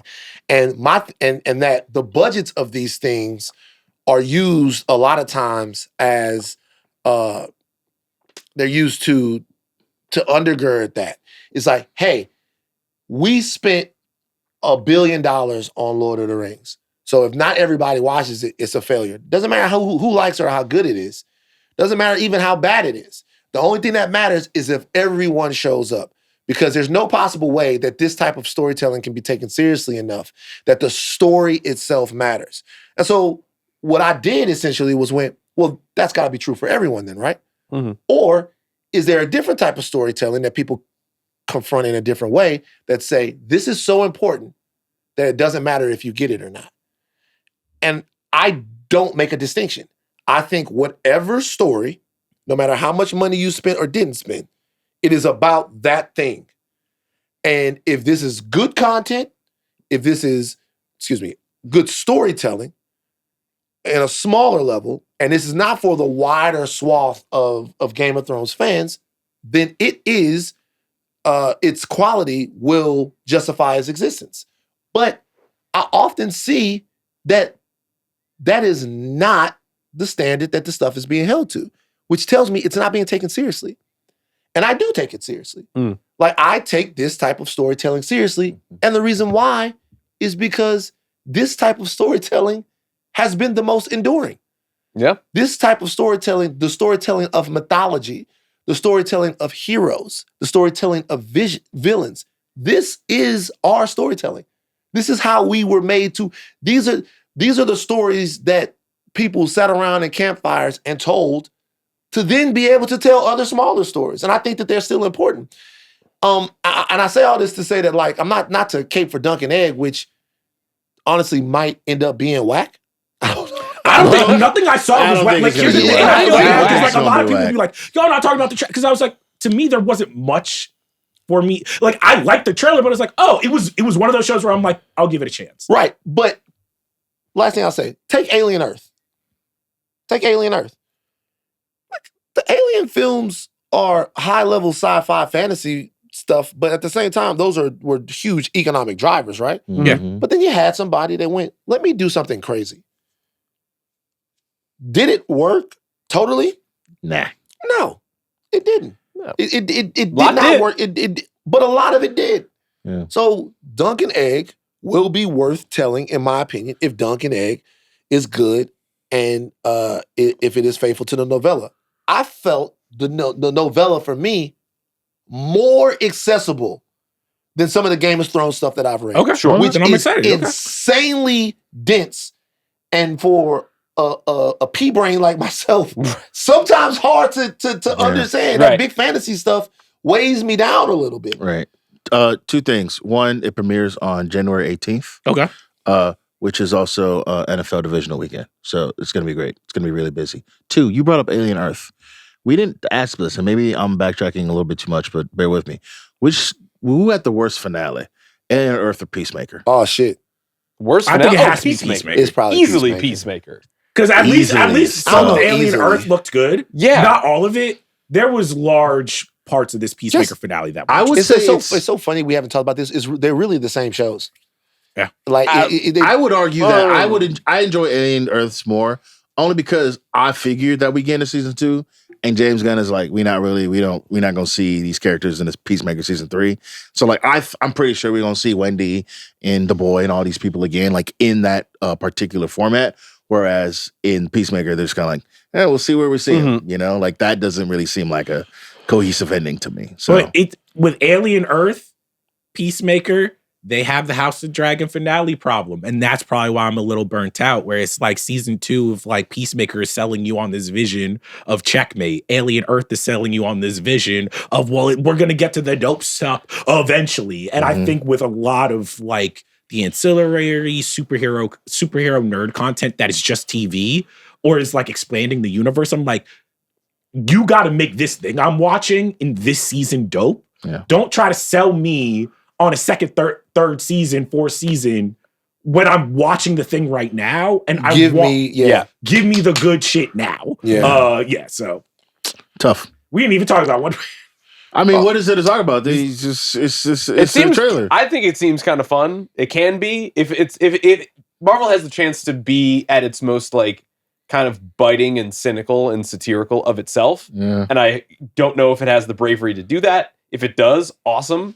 If not, have we lost? Okay. I watched the Wonder Man trailer and I thought it was really interesting and intriguing. What if it's just Marvel's the studio? Could be. I mean, he has to crunch a car at some point. You know what I mean? Yeah. Could be interesting. At some point, he has to crunch a car. You don't like it. Charles don't like it. But of all the things that like they Marvel gotta tackle, Marvel got to put a number on. Like they got to win a game. It's been a long time. They got to win, and it's not enough for it just to be entertaining. Like no, Marvel, you got to show me you can. What do you mean it's not enough to be entertaining? If it's entertaining, then it works. If we enjoy it, if we like it, if it's good, I think you could count that as a win. No, all right, man. We just giving out participation trophies at this point. Well, what's a win to you? I think for Marvel to prove that they still have some gas in the tank, they do need to create something that even if it's not artistically fulfilling, I feel like, all right, you saw the vision and you accomplished it, but also something that I feel like the larger fan base, MCU fans, the world can really connect with. Because it's like at this point, it just seems like everyone, it seems like they are not making anyone happy, which is like kind of the worst place to be. Marvel isn't. So maybe I'm wrong. Like, when's the last? Fantastic Four kind of almost got there. No, I mean, well, wait a minute now. Well, I mean, if you want them, by the way, I'm not paid by Marvel. No Mickey Mouse bucks in your pocket. Nah, Deadpool versus Wolverine made like $1.5 billion, but then it was criticized because it wasn't good enough. Fair. Thunderbolts was made. Thunderbolts was a good movie that was criticized because it didn't make enough money. Right. Fantastic Four was an okay movie that made okay money. So like, if once again, this goes back to what I'm saying. If the only way for Marvel to like be judged at this point is to make really good movies that everybody goes to see, here's the thing. That's the business that they're in. If they're in a new business, then that's okay. But the business that they are in at Disney right now is like, you need to make good movies that everyone sees, hence why the budgets are so big. So that is the criteria that I'm judging them for, because they change the industry in their image. Like, this is what they were chasing. Like, everybody was chasing. Yeah, they made the brass ring. I feel like for the movies, sure, the shows is a little different, right? Because is it because they pulling the plug on the shows now? They just like, y'all not fucking watching that's also this shit, part bro. of the streaming economy where they like nothing in streaming has been successful. Also, that's true, and then it's not true, right? There are some people that like Doctor Strange more than other people. There are some people that like Captain Marvel more than other people. There are some people that the movies have to be profitable. You guys, hear me clearly. The movies have to be profitable. They're spending a shit ton of movie. They're taking away talent. They're consolidating all of this stuff. The movies have to be profitable, but like, there is diminishing returns and stuff after Endgame. I think not every Marvel movie, not every Marvel product or project has to be something that makes $1 billion dollars that everybody loves. I think certain things do. I think if you're talking about an Avengers movie, then it probably needs to be. Spider-Man. If you're talking about a Spider-Man movie, then it probably needs to be. But they've always made films that, like Ant-Man. They've always made movies so like... Yeah, but Ant-Man is good, and it made a shitload of money. Well, Ant-Man is good. Ant-Man is good. Ant-Man and the Wasp, maybe less so. Less so. Like Ant-Man is good. Ant-Man is cool, and it made a lot of money. I think things were different then. But I'm like, I just think that if we're saying and that's such a high bar that But they set the bar. To me, right now, in the past, the MCU was like Jay-Z albums. Almost every other Jay-Z album was like he would drop like a classic, and then the next one would be like, like this got some joints, but it's okay. Now it seems like for Marvel, it's like, damn, every 1 out of 4 or 5 is a banger, and that's tough. Like it's just like, damn, I gotta. But I don't think that's true. I think if you look at the movies, you look at a worldwide smash hit in Deadpool versus Wolverine. Look, the Marvel product is stepped on. Boom, it is. Yeah.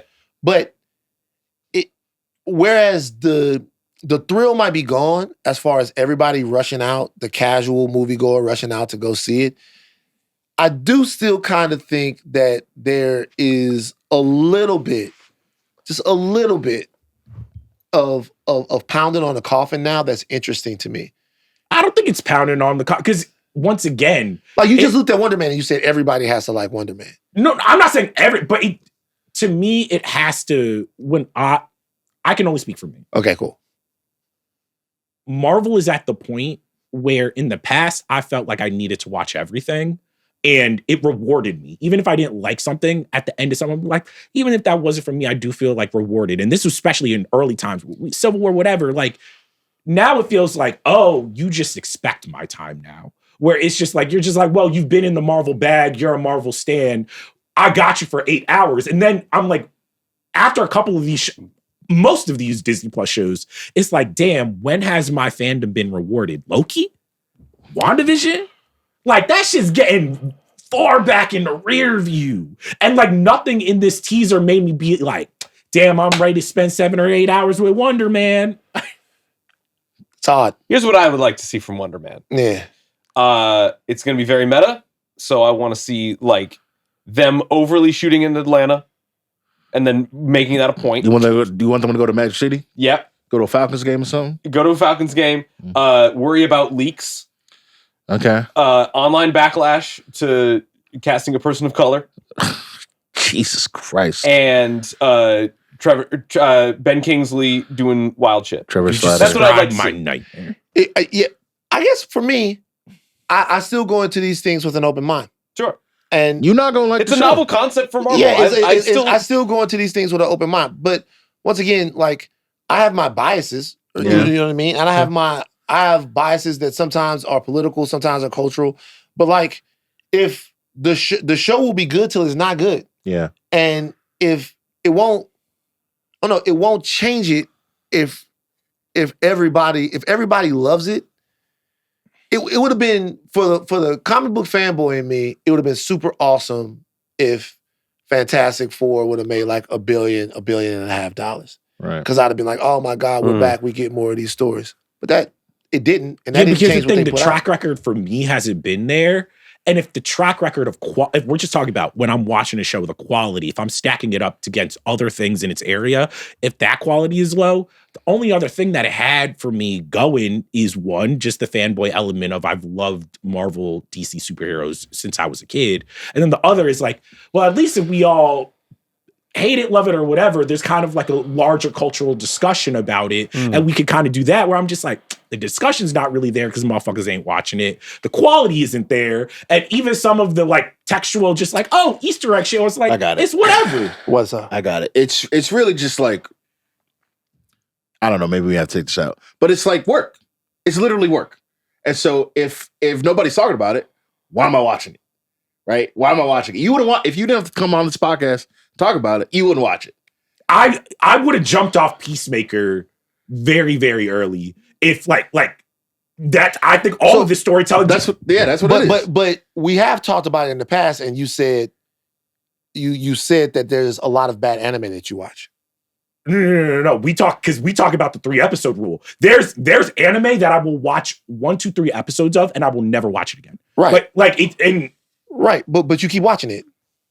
No, but I you keep watching the anime. No, I keep watching anime. Right. I don't keep watching series. Like I will jump off a series like that. After one, I just watch it. Like I watch half an episode. I'm like, not for me. Done. Okay. Well, see, a couple of things about that. Number one, if you do that, you don't know whether or not it's good. I guess there's just so much to watch, especially now, not just in anime, it's streaming or whatever. There's so many other things, movies, TV, or whatever. You do have an episode or two to catch me. And if you don't, that's not me saying like, oh no, this is the worst thing ever. It's like, can I be honest with you? Just as we're talking, don't you think that's an interesting posture for a critic to take? no. Big Crit has on his and now we really pine. We gotta go in a second. But Big Crit has on his on one of his albums. He was talking to it's before I think American Rap Star, and he's talking to this label guy, and the label guy says that I can tell within the first 10 seconds of a song whether or not the song is going to be good. And then Crit goes on to talk in this, shout out Big Crit, underrated as hell. He goes on to talk about how that's not the type of music he makes. Yeah. He doesn't make the type of music that you could tell in the first 10 seconds or the first 10 minutes or the first whatever, how good the record is going to be. Like, that's not the type of shit that he makes. And in American Rap Star, he's talking about the disposability of the art and all of that stuff like that. I'm not comparing Big Crit to the MCU because it's not at all. But what I'm saying is that, like, you know, if that's interesting. We've never really discussed this because before. here's the thing. What I would say to that, if we're keeping it for music, because I was a music critic for a while, there's certain artists that, like, take Earl Sweatshirt. His last record, I love that record, but I remember it putting it on, and I was like, the first couple, I was like, oh no, I'm not in the place for that. But because he has a track record of quality, a couple days later, I'm like, yo, put it on again. And it washed over me, and I was able to, like, understand it. And I was like, because there was enough going on in the record where I was just like, even if maybe the first, second song I'm not feeling, you have a track record of excellence where it's like, I'm going to give myself over to the art. I think with a lot of, like, even if we're taking, like, the MCU television shows where it's like, hey, WandaVision, Falcon and the Winter Soldier, Loki, I was watching those things being like, man, the track record of the MCU is so good. I'm going to give this the time. Like, but now you expect them to suck. They haven't proven to me in the last 2-3 years that they can create these shows that reward 8 hours of my time, where it's like, because if we get except for X-Men. Yeah, that's a time debt that you're working on. It feels like a reverse sunk cost fallacy. Yeah. But, like, it's the fact no, that, like, it doesn't feel like that. That's what it is. That's what it is. Like, there's and this is, and once again, I see this all the time. It's like when the director has this, it's certain people looking for a reason to love something, and guys, I'm a part of this. Certain people look for a reason to love something, and then other things you look for a reason kind of like not to like. So, like, when I'm talking about, like, if we were talking about Killers of the Flower Moon, I look at the movie, or fuck that, because that movie is actually like The Irishman. I look at the movie and I go, hey guys, just to let you guys know, just like it's not that good. Mm-hmm. It's like weird. It's a weird thing. But Scorsese, here's the thing. I don't like The Irishman, but there is a level of, like, I've watched enough Scorsese movies to know that whatever he's searching for, like, this is, even if it doesn't reach higher. You're giving him the benefit of the doubt. I'm giving the benefit of the doubt. I used to give the MCU the benefit of the doubt, and it's gotten to the point where I'm just like, oh, because of the system and the way you guys make this thing, it's just not hitting in that way. To me, and because nobody's talking about it, and it's not rewarding you for sitting there for 8 hours, it's not worth watching. It does feel like, it didn't used to feel like homework, and now it feels like I get to the end of, like, a season of TV, and I was just like, well, once again, though, there have been things that everybody has loved and everybody has watched, and then critically is not my taste, right? And so, that's been the history of most critics. But then there's no winning. But here's the thing. So there's not a win, because, like, if it was X-Men 97 and we were discussing that. So there's a very narrow, there's a narrow line to walk, and that's being a critic. But, like, at the end of the day, if everyone likes it and it's very popular, then you have to like it, and it has. But what we're also talking about, to me, which is your taste, is the difference between, like, content and art, which is, like, a lot of the stuff we talk about a lot of the times is content, where it's just like my rubric for that is like, this needs to be entertaining. Like this needs to keep, like I want to watch I want to keep watching the next What's episode. the difference between content and art to you? I think art is when I'm watching something or reading something or whatever, if it is reaching for, themes or character or these heady ideas, or they're really swinging for the fences, whether you like it, hate it or not, you're just like, oh, emotionally, this is resonating, whether I hate it, love it, or indifferent. Sometimes with content, like a lot of stuff you watch on Netflix is content. They're just like, we want to keep you hooked on this. We're not worried if the story structure makes sense, if the character motivations make sense. This is a soap opera. And like, sometimes you need a soap opera. Sometimes you're just like, I want to watch a soap opera because I want to hang out with my characters. And if this doesn't make sense and it's like shot kind of like shit, you're like, whatever, you know what it is. And like, to me, that's content. It's like, I'm watching it while I'm eating dinner because I don't want to really think. Something like One Battle After Another, you can't look at that and be like, it's not art. You might be like, that's bad art. But I'm like, I can tell that creator is reaching for something. And I'm like, there are some superhero movies and superhero content, Star Wars content, where I'm like, I think The Last Jedi is art. I'm like, he's reaching for something, and it might not all work, but I'm glad I spent 2.5, 3 hours with this because it made me think, versus some of the content we watch, I'm just like, it just seemed like it didn't even raise the bar of being entertaining. That's really interesting because I agree with that, I think, in terms of like art versus content. Like, you watch a lot of anime in content. Content. Yeah. Demon Slayer to me, Demon Slayer is content. Like that last movie, and not in a bad way. It was content. Can I tell you this? This is the difference. This is one of the most important conversations in Midnight Boys history. And thank you for the producers for staying over. I flatly reject all of this. I don't agree with any of it. Interesting. The art versus content? I think content is I think content is very specific, and it is a slightly new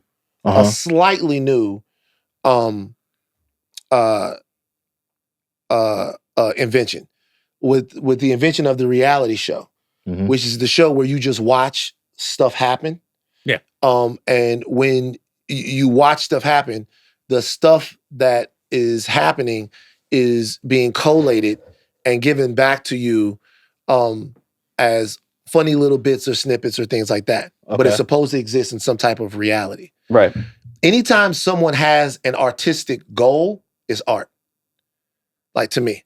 Anytime someone is taking something, anytime someone has an artistic goal, right? Like a reality show doesn't have an artistic goal. Its goal, let me finish. Yeah. Its goal is to exist in reality. An IRL streamer doesn't have really an artistic goal. Its goal is to exist in a different thing. But when you give somebody lines and tell them to read those lines, and they have to find, like, the actors that are in these movies, they're making art. They're making art, they're performing, right? The directors that are in these movies, they're making art. They're making art, they're performing. Now, the art might serve something different. Like, art, to me, funnily art, that's like saying I Want It That Way by the Backstreet Boys is not art. It's art. Well, but let me finish. Sorry. It's art. It's art that is made to be for everyone. It's art that is made for everyone to like it.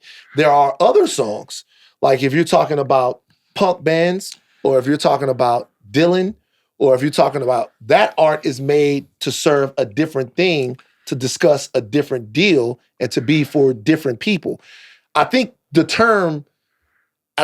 saying that art has to have either a serious, emotional, intellectual, or thematic thrust is reductive. But here's the thing, I think when we say that, people assume that it needs to be serious. Everything needs to be a PTA. Like, a movie like Superbad to me is art, because like what it is doing in terms of like its genre, comedies, high school comedies, everything. I'm like, oh, not only is this art, but there's an art to what they're doing. I agree with you. When we're watching MCU shows, give me a comedy that wouldn't be art. Give me a comedy that you feel like would be content. That would be content. Honestly, I'm blanking on names, but like a lot of the Netflix shows that seem. I think that's the thing. when we talk about a PTA movie, say a PTA movie. We talk about a Tarantino movie, say a Tarantino movie. We talk about an MC movie, it's Disney. We talk about DC, it's Warner Brothers, right? Like when we talk, like content feels something that's corporatized, that the corporations are then like feeding. That's how y'all feel. us this- Yeah, Maybe but- that's how- But maybe. what I'm telling you guys is, I'm not just hold on, wait a second. Disney owns Miramax. Yeah. That's hold on, wait a second. Yeah. I understand what you guys are. I understand what you guys are saying. Right. What you guys are saying is this is art to you feels like some person who we've deemed really important because of what they've made that then has something really important to say. Or And take Ryan Coogler with Black Panther. When I watched Black Panther, Ryan Coogler wasn't who Ryan Coogler was yet. I still loved him. I had seen all of his movies.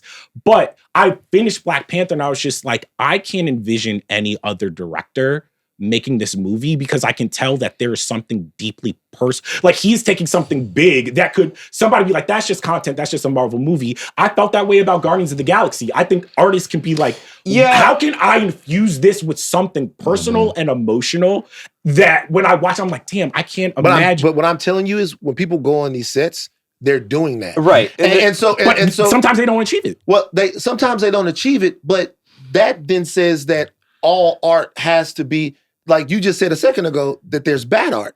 Like there's art that where people, because I can't tell you, like I watch movies all the time, like by great artists. Like I watched Drive by Nicholas Winfrey Redding or whatever it was. Yeah. And then the next one was Only God Forgives. Yeah. Like I go into movies all the time. Like Him. Mhm. I go into Him. You go into Him, and Him is clearly insanely artistic. Right. Yeah. It's clearly art. But it might not actually be entertaining.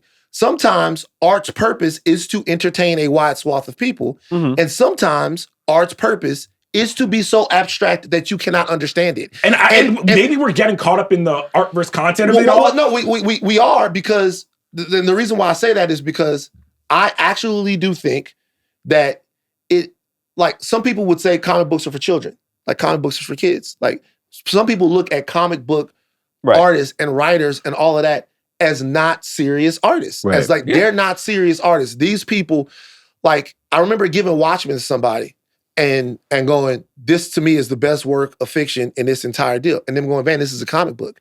And I'm like, you need to read it. Like it's I understand that it's a comic book. I understand that it has that there's penciling and there's inking and there's all of this stuff. You need to read it. Like you need to read it to be able to understand why this is so good.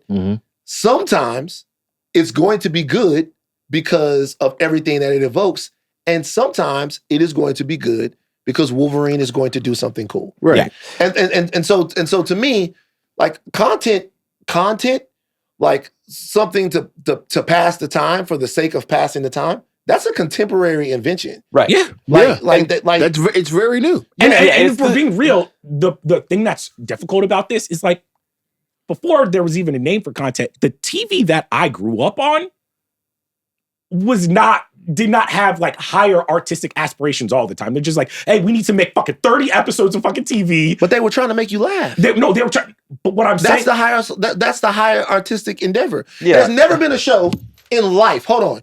There's never been a TV show in life that you've ever watched that didn't have an artistic aim. Right. I'm not disagreeing with you, but I'm saying there is a difference between like, even just in the past couple decades of someone being like, seeing The Sopranos and then being like, I'm trying to make the great American novel in TV format versus like, when I was growing up, I liked watching I Love Lucy because, to your point, it was the art of making me laugh. It was not trying to be this great fucking just like trying to tell you everything about the politics and culture. That is one of the seminal pieces of art in television history. No. It did that. And like when we go back and critics, you watch it and historians watch it, you're just like, oh no, all of these things were in it from the beginning, but that's not at the forefront. And I'm saying both of these things are super important. Am I getting that we're thinking that content is delivered to us, the consumer, cynically? And art is whatever we deem thrown back at us. I think when you throw the algorithm, when you throw things like algorithms, Box and office watching. like all this stuff. All this It's like, number stuff. Yeah. we know when we be watching some shit at home. You know when you want to stream and you turn on a TV show and be like, I could tell everybody who's in this, from the actors to the writers or the directors, wanted to make something great. But this just feels like something that's going to go in my ear and out the other, and I will never remember. I think, but Emily in Paris is going to resonate with somebody. It's me. Yeah, but it's not art. It's not art. No. I think that's fine. That's fine. There's everything don't gotta be high art. No. Hold on. What? You said high art. So, like, you said high art. Listen to me. All right, I hear you guys. No, it's just a cynical way of seeing it. Like, frankly, it's just a cynical way of saying it. Because you're not paying attention to it, or you don't like it, or it needs to be something. It's not all that. To Vance's point, every time somebody puts a pen to paper, writes a screenplay, they write a script. People, the artists deliver it. The people in the makeup trailers, all those people are making art. Every single time they go out there, we couldn't get to the office today because they were filming something outside. Yeah. Every time they hit slate and they go action, they're making art. The way it is packaged to us, the way it is delivered to us, the way that we, like in these last couple of years, like maybe even like post-pandemic era, where we've just been inundated to Charles's point, with numbers and box office and algorithms, the way they feed the stuff to us, it doesn't feel authentic. It doesn't feel like that anymore. And again, maybe it's just there's a reason why people love Taylor Swift's folklore. And they pissed off with the show girl. There is a difference. You can, like, people, like, it is. You can feel it when you like. They're just sick of it. The difference is they're tired of her, and that happens to artists too. Sure. It's if you've been in the studio like take a song like just a pop song. If you've been in the studio with someone crafting one of those, and like someone listening to somebody layer melodies, and then somebody else writing something, and then somebody else trying to get, like, there are people who are using the talent that they have, and they're collaborating with the talent that they have to make something for people. Like, now there are other songs where people are saying, I'm going to make a song right now about what's going on in Darfur, or I'm going to make a song to shed light on something that people are not paying attention to, or an issue, or my music is going to be steeped and based in this central human struggle. Right. That art tends to last longer. The art that is about something that people can glom onto, it tends to last longer because those themes tend to come up. But I can tell you over and over and over again, generationally, but I can tell you something, that if you get the reputation for continuously making stuff just that people like, you also will cross over into being known as a great artist. You will if you make pop song after pop song after pop song, like Taylor Swift's music is unimportant. Taylor Swift's music is about Taylor Swift's life, but Taylor Swift's music isn't important in the same way that it's not, there's no larger cultural importance to it. The music itself is catchy and it makes people happy. Yeah. And like there's a part of this, and this is we're talking about poptimism. This is like what I'm saying is I've worked with all types of artists. Right. I've worked on sets where people had something to say where the art itself isn't that accessible and it's not that good. If you watch the last movie that Boaz made that me and Nick came on as producers once again for the very first time that we saw, it's an inaccessible movie. The movie doesn't have a straight line narrative. The movie is told in allegory and dance and in dance, right? Yeah. Boaz is the same guy who wrote Now You See Me, right? It's the same guy who directed Remember the Titans. It's the same, you know what I mean? He tells that story, and then when he wants to tell a cool story about magicians, he tells that story too. The thing that those two things have in common is that they are both for you. They're for you. They're artistic endeavors that are for you. So I think when we look at one thing sort of as art and look at something else as not being art, what we really do is give an unfair storytelling and cultural advantage to our own tastes. Okay. And I realize that not everything is for me. And I realize that even some of the high art that these people made. Once Upon a Time in Hollywood isn't about anything. Like that movie isn't about anything. That movie that movie isn't about anything. That movie, in order to be that movie, in order to do that movie, you have to be Quentin Tarantino. You have to be. Like, you have to be Quentin Tarantino to get on there and say, what I'm going to do in the film is just string together a bunch of cool scenes, right? And then I'm going to change history. Then there's your movie. I'm gonna put together a bunch of cool scenes. This guy's gonna do this. Madcap. The characters in the film don't really have an arc. There's really not a narrative thrust. The movie doesn't really say anything important. The movie is just like artists that you trust just doing cool shit. And when I sit down and watch it, I go, yeah, that's cool. That was cool to watch. That was fun to watch. Honestly, that movie feels like content. That movie feels like a guy going, feels like a guy going, what if a white dude could beat up Bruce Lee? But like you know what I'm saying? Imagine that's the thing. What if a white dude could beat up Bruce Lee? Here's $1 million. The new Ubisoft game. Hey, what if That's a lot. What if actually. the Manson family actually didn't kill Sharon Tate because something weird happened at the end of it? Ooh. Throw it in there. We can get Brad Pitt. We can give and then everybody. I'm looking at it like, that's his version of a Marvel movie. I look at all of these things and I judge them by the space that they exist in. But all I'm advocating for, because this is something that I got like literally when I was in the trenches, you know, with Poptimism, whatever, we're getting to a point where I'm just like, hey, yo, there's a difference between Stevie Wonder and Taylor Swift. And I'm just using her as an example where it's just like at a certain point, it is like, I do think it is damaging to culture and humanity for massive corporations to be like, nah, but McDonald's is art. This factory system that we're making is art. And it's because I'm just like, the thing that actually happens is difficult art that inspires people to take to the streets, that teaches them something about themselves, emotionally, politically, whatever. Corporations don't want that shit. No, like they want, like it is more incentivized. Charles, they are more incentivized. Corporations want Stevie Wonder just like they want Taylor Swift. What are you talking about? You telling me corporations want Stevie Wonder won Album of the Year like 3 years in a row? What are we talking about? Corporations want Stevie Wonder. Wait, in 2025. Hold on. In 2025. Hold on for a second. Born in the USA is a protest song. Like Born in the How many Born in the USAs do we get in 2025? Everybody that you're talking about is signed to a gigantic music conglomerate. We're talking about Universal, Warner, all of this stuff. It's only a couple everybody that you but here, corporations. This is what I want, because this is literally everything that Kendrick and Drake were litigating all last year. They're both signed to UMG. No, but here's the thing.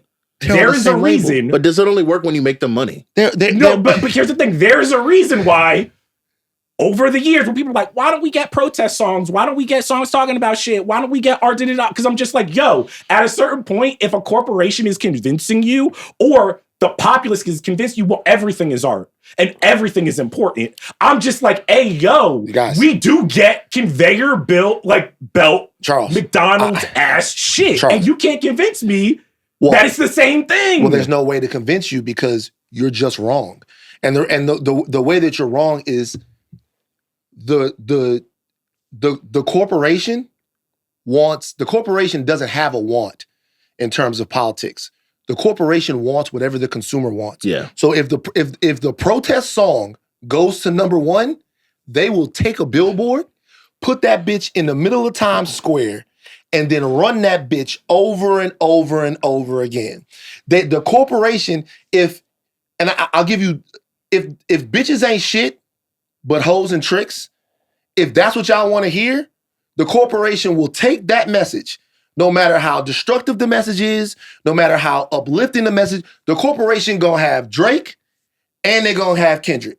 The corporation is going to have Taylor Swift and they're gonna have Stevie Wonder. They couldn't care less about the message in the music. What they care about is whether or not you want to hear it. You see the brooding, I'm so important artists that everybody has to hear.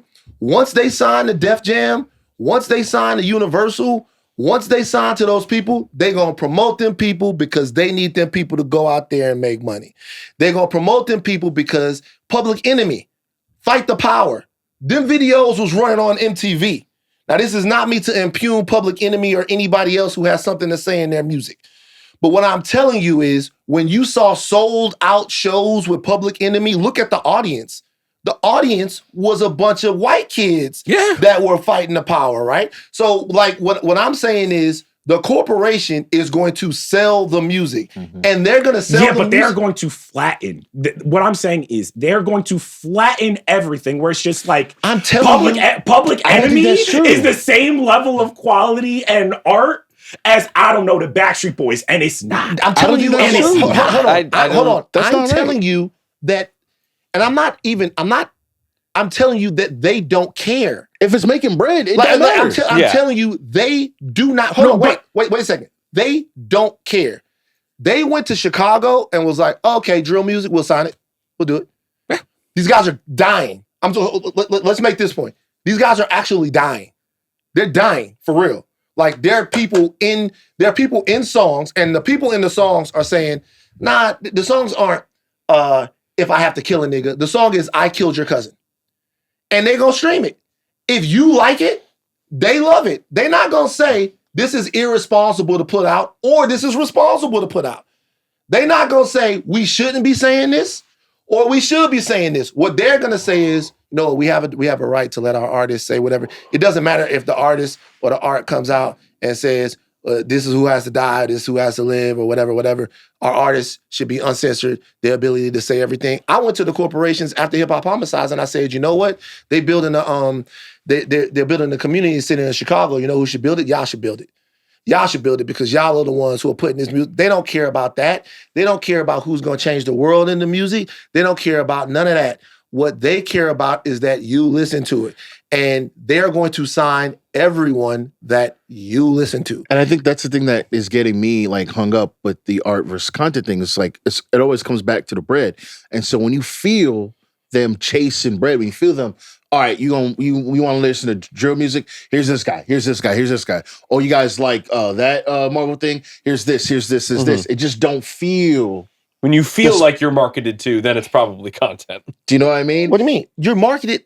Everything's more. Yeah, yes, promo. There's no point in our existence in which we are not. But when it feels the most pointed, that's when we're like, okay, we do know the difference in a Marvel movie when it does feel like, okay, the director and the writer had a story to tell versus we needed to fill a date on this Disney timeline and something needs to go there. You can feel the difference between this story. There was a story to tell and there wasn't a story to tell. I mean, that's extremely cynical. That's like the edge of... It's not just cynical, but it's like, it's untrue. Like, the reason to make... So there's... Okay, let me ask you a question. How many characters, and we've been going for a while now, how many characters in the MCU have been created by the MCU? Like they didn't exist. Like a Harley Quinn situation where like they introduced a new thing? I'm saying that they're in the MCU and they didn't exist in comic books before. Right. Phil Coulson. Phil Coulson. Okay. Yeah, shout out. How many characters have they honestly, it's mostly ancillary characters. It's mostly the family, the friends, everything. Yeah. Okay. But the majority of the people that have had movies and are a part of this stuff are characters that have existed in art for decades. Mm-hmm. Yeah. But there's a difference between a character existing in a comic book and them going through all these comic books and be like, damn, well, there's a new, like, Bob Iger has put in a new fucking mandate at Disney. This is the amount of TV shows and movies that we need to produce. And then you get a bunch of movies and TV shows where you're just like, oh, you guys didn't have a story to tell. Okay. There was not enough meat on this bone. Oh, okay. And when you watch it, you're just like, oh, this doesn't feel vital. Does A24 make art? Yes. And sometimes they also make a lot of content. So what I'm saying is, but do you know what they do? They know that does Blumhouse make art? They know that they have to make horror and they movies. Also make content. Just listen. They have to make art. They have to make movies, and so they go out and they search for movies and they search for horror movies and horror scripts that fit what it is that they're doing, and they talk to people who want to tell their stories. I can tell you right now that Shang-Chi, Shang-Chi, a movie that we liked, right? There's a character that existed for a long time. There were a lot of people who were probably extremely excited to bring that character to the screen. Had Jack Kirby been alive, with the amount of time that he put into Eternals, the Eternals are decades old.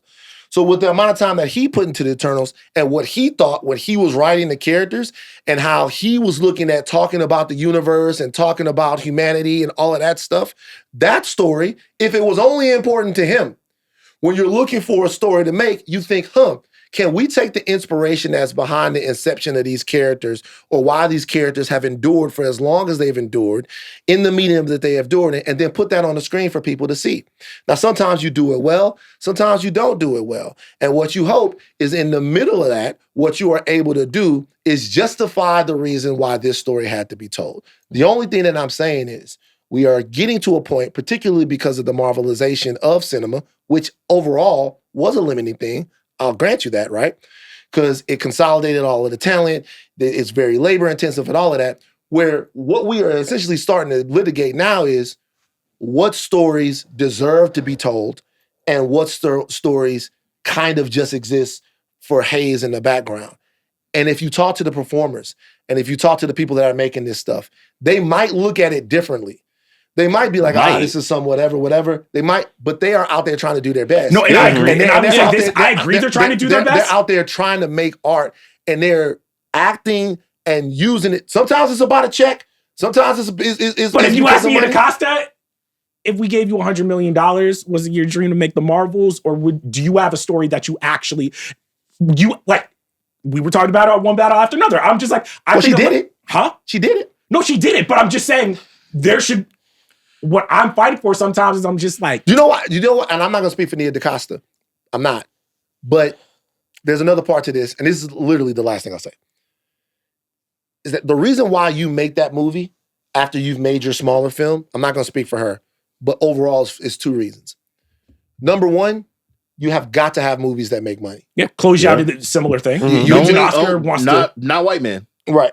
Well, no, not those, because they're so artistic. Once again, they're so artistically important. Yeah. They're like what this part of this is that they set the standard for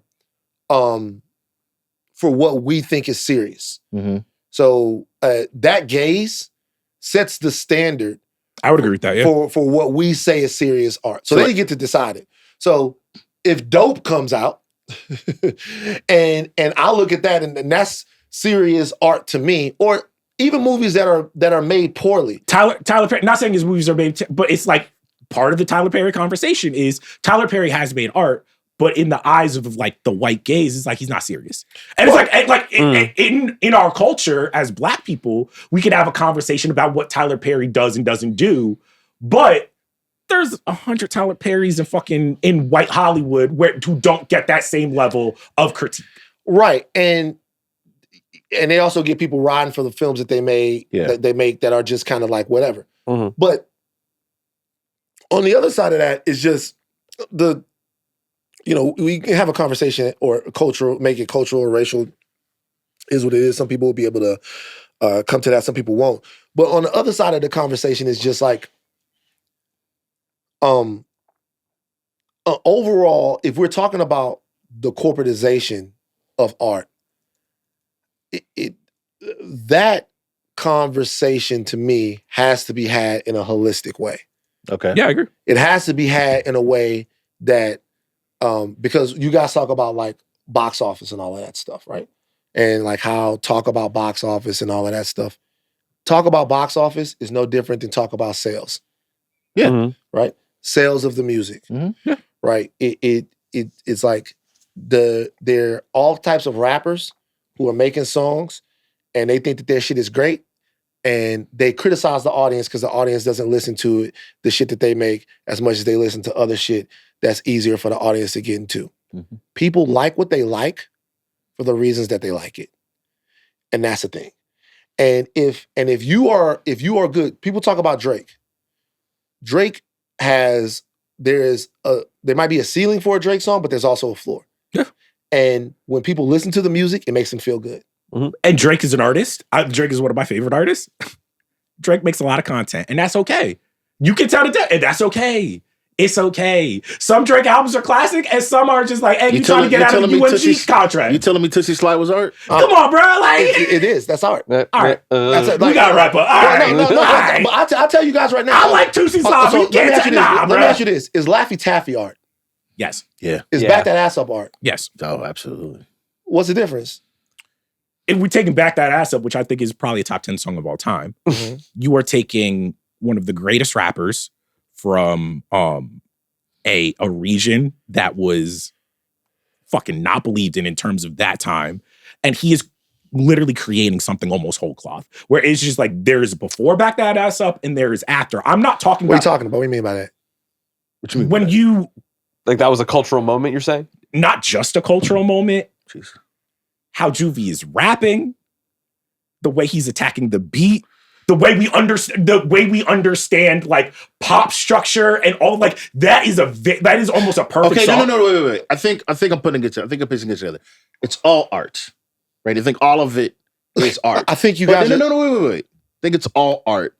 But there are millions and hundreds of thousands of pieces that people have made across time. But only some are hanging in the Louvre. Yeah, right? Guys. Like that's really what it's all about. Yeah, you know, what you're talking about, Juvie's piece was inspired. Yes. That's how we really are. Drake wanted to make a song for the kids. Which is content. Right. It's not.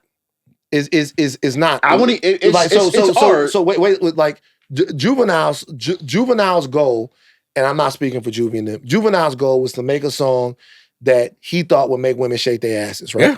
Like, he succeeded. But he talked about it, he did the song in the way Drake wanted to make a song for the kids. What Drake made was art that was cynical. Mm-hmm. What Drake made was art that was for a very specific but what he did was go in there and make a piece of art. Yeah. And what he did was go in there and make a piece of art for a specific point. Like, what we're really litigating is the point of the art and whether or not it informs the value of the art. If you're going in there to make a song to make somebody cry, is that better than going in there and making a song? So even if we take the word cynicism out of it, I'm not cynicism content. Cynicism is a great point. When I sense cynicism, when I sense that an artist is like, hey, this is just about the money. This is just about the bread. This is just about that's what I'm just like, to me. What about when it's just about the prestige? Oh, content. I say that shit about HBO shows. There's HBO shows on right now where I'm just like. You realize that this doesn't make any sense. You don't like Task?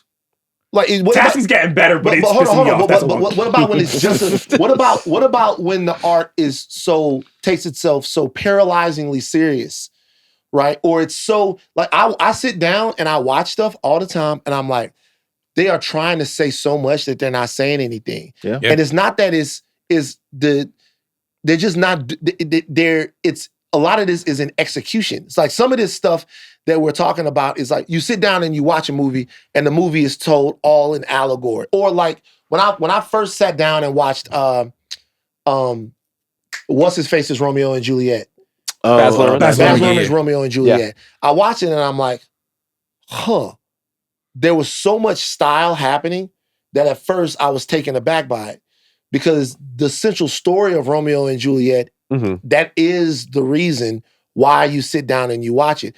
Baz Luhrmann's take on it was so artistic and so contemporary that at first I was like, are we actually missing the story of Romeo and Juliet here? But then I fell into what it was that he wanted to do. I fell into how he was looking at that story, how he was approaching that story. And that's the art of it. That's the aesthetic value of it. Where it's just like sometimes with art, it's just like, to us, it might be like, right. Romeo and Juliet is about the love story, and for Baz Luhrmann, it's just like my artistic expression is heightening the aesthetic and the design of it. Also, they telling us we need to wrap up. We got to wrap. Okay, but so I was saying, I already heard it. Shit, I got you. Sometimes the art is just that you like it.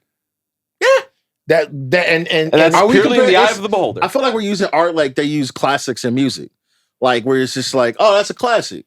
You know this is the Hooper conversation. Yeah, he's a Hooper. You see something with your eyes, you're like, nah, that's a real ball player. Like legitimate. It's like Hooper versus basketball player. Hold on. That's actually my point, but not my point. My point is that there's no difference. My point is that if you're on a basketball court, you're playing basketball. You might be playing. But are you a hooper? You might be playing. You might be playing. No. But to me, the art is the basketball. Like the art is back. Like if you on a basketball court, you playing basketball. Some people might be playing basketball to win the game, which means they gonna screen and they gonna rebound and they gonna do all the stuff. Some people just collecting the check. Some people are out there just to shoot the ball. Yeah. And to me, but they both still playing basketball. Okay. But some people are out there just to shoot the ball. Some people are out there to win. Some people are out there to screen and defense and actually physically impose. But it's all they all playing basketball. Okay. They all playing It's a basketball. level of rejection that you call it content that you technically can't call it because it's in the eye of the beholder every time. Well, look, I just think Streaming content, reality show content, a lot of the Netflix this is shit what I say. content. I just think a lot of this stuff, what this really makes us do is it makes us give passes. And if we start talking about the corporatization of this stuff, you're not listening to nobody that's not corporate. This is corporate. Yeah. Like you're not listening to there's nobody that's doing something that's not. This is the beginning of art. There's always been patrons. There's always been somebody. There's no one that you know that you think is important. Very few people that sat down and did what they did and didn't shoot the music video, didn't go on tour, didn't sell you merch, didn't sell you hats, didn't do all of that stuff. Now, some people went further. You two end up being in commercials and all of that shit. But like everybody that you talked to, they sold it to you. And they didn't just sell you them.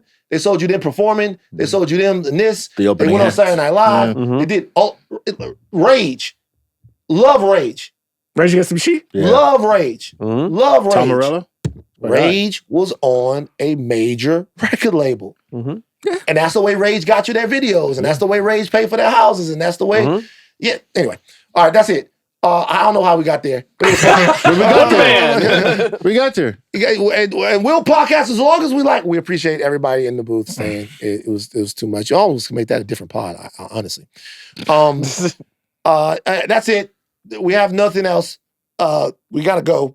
This week on the Reconverse feed, House of Art gives you their 9 of the 7 Kingdoms trailer reaction and mailbag. Also on Tuesday, Mid Edition reacts to Tron Ares and debates other underserved blockbusters. Yeah, man. Tron Ares, one of the films of all time. Yes. Art?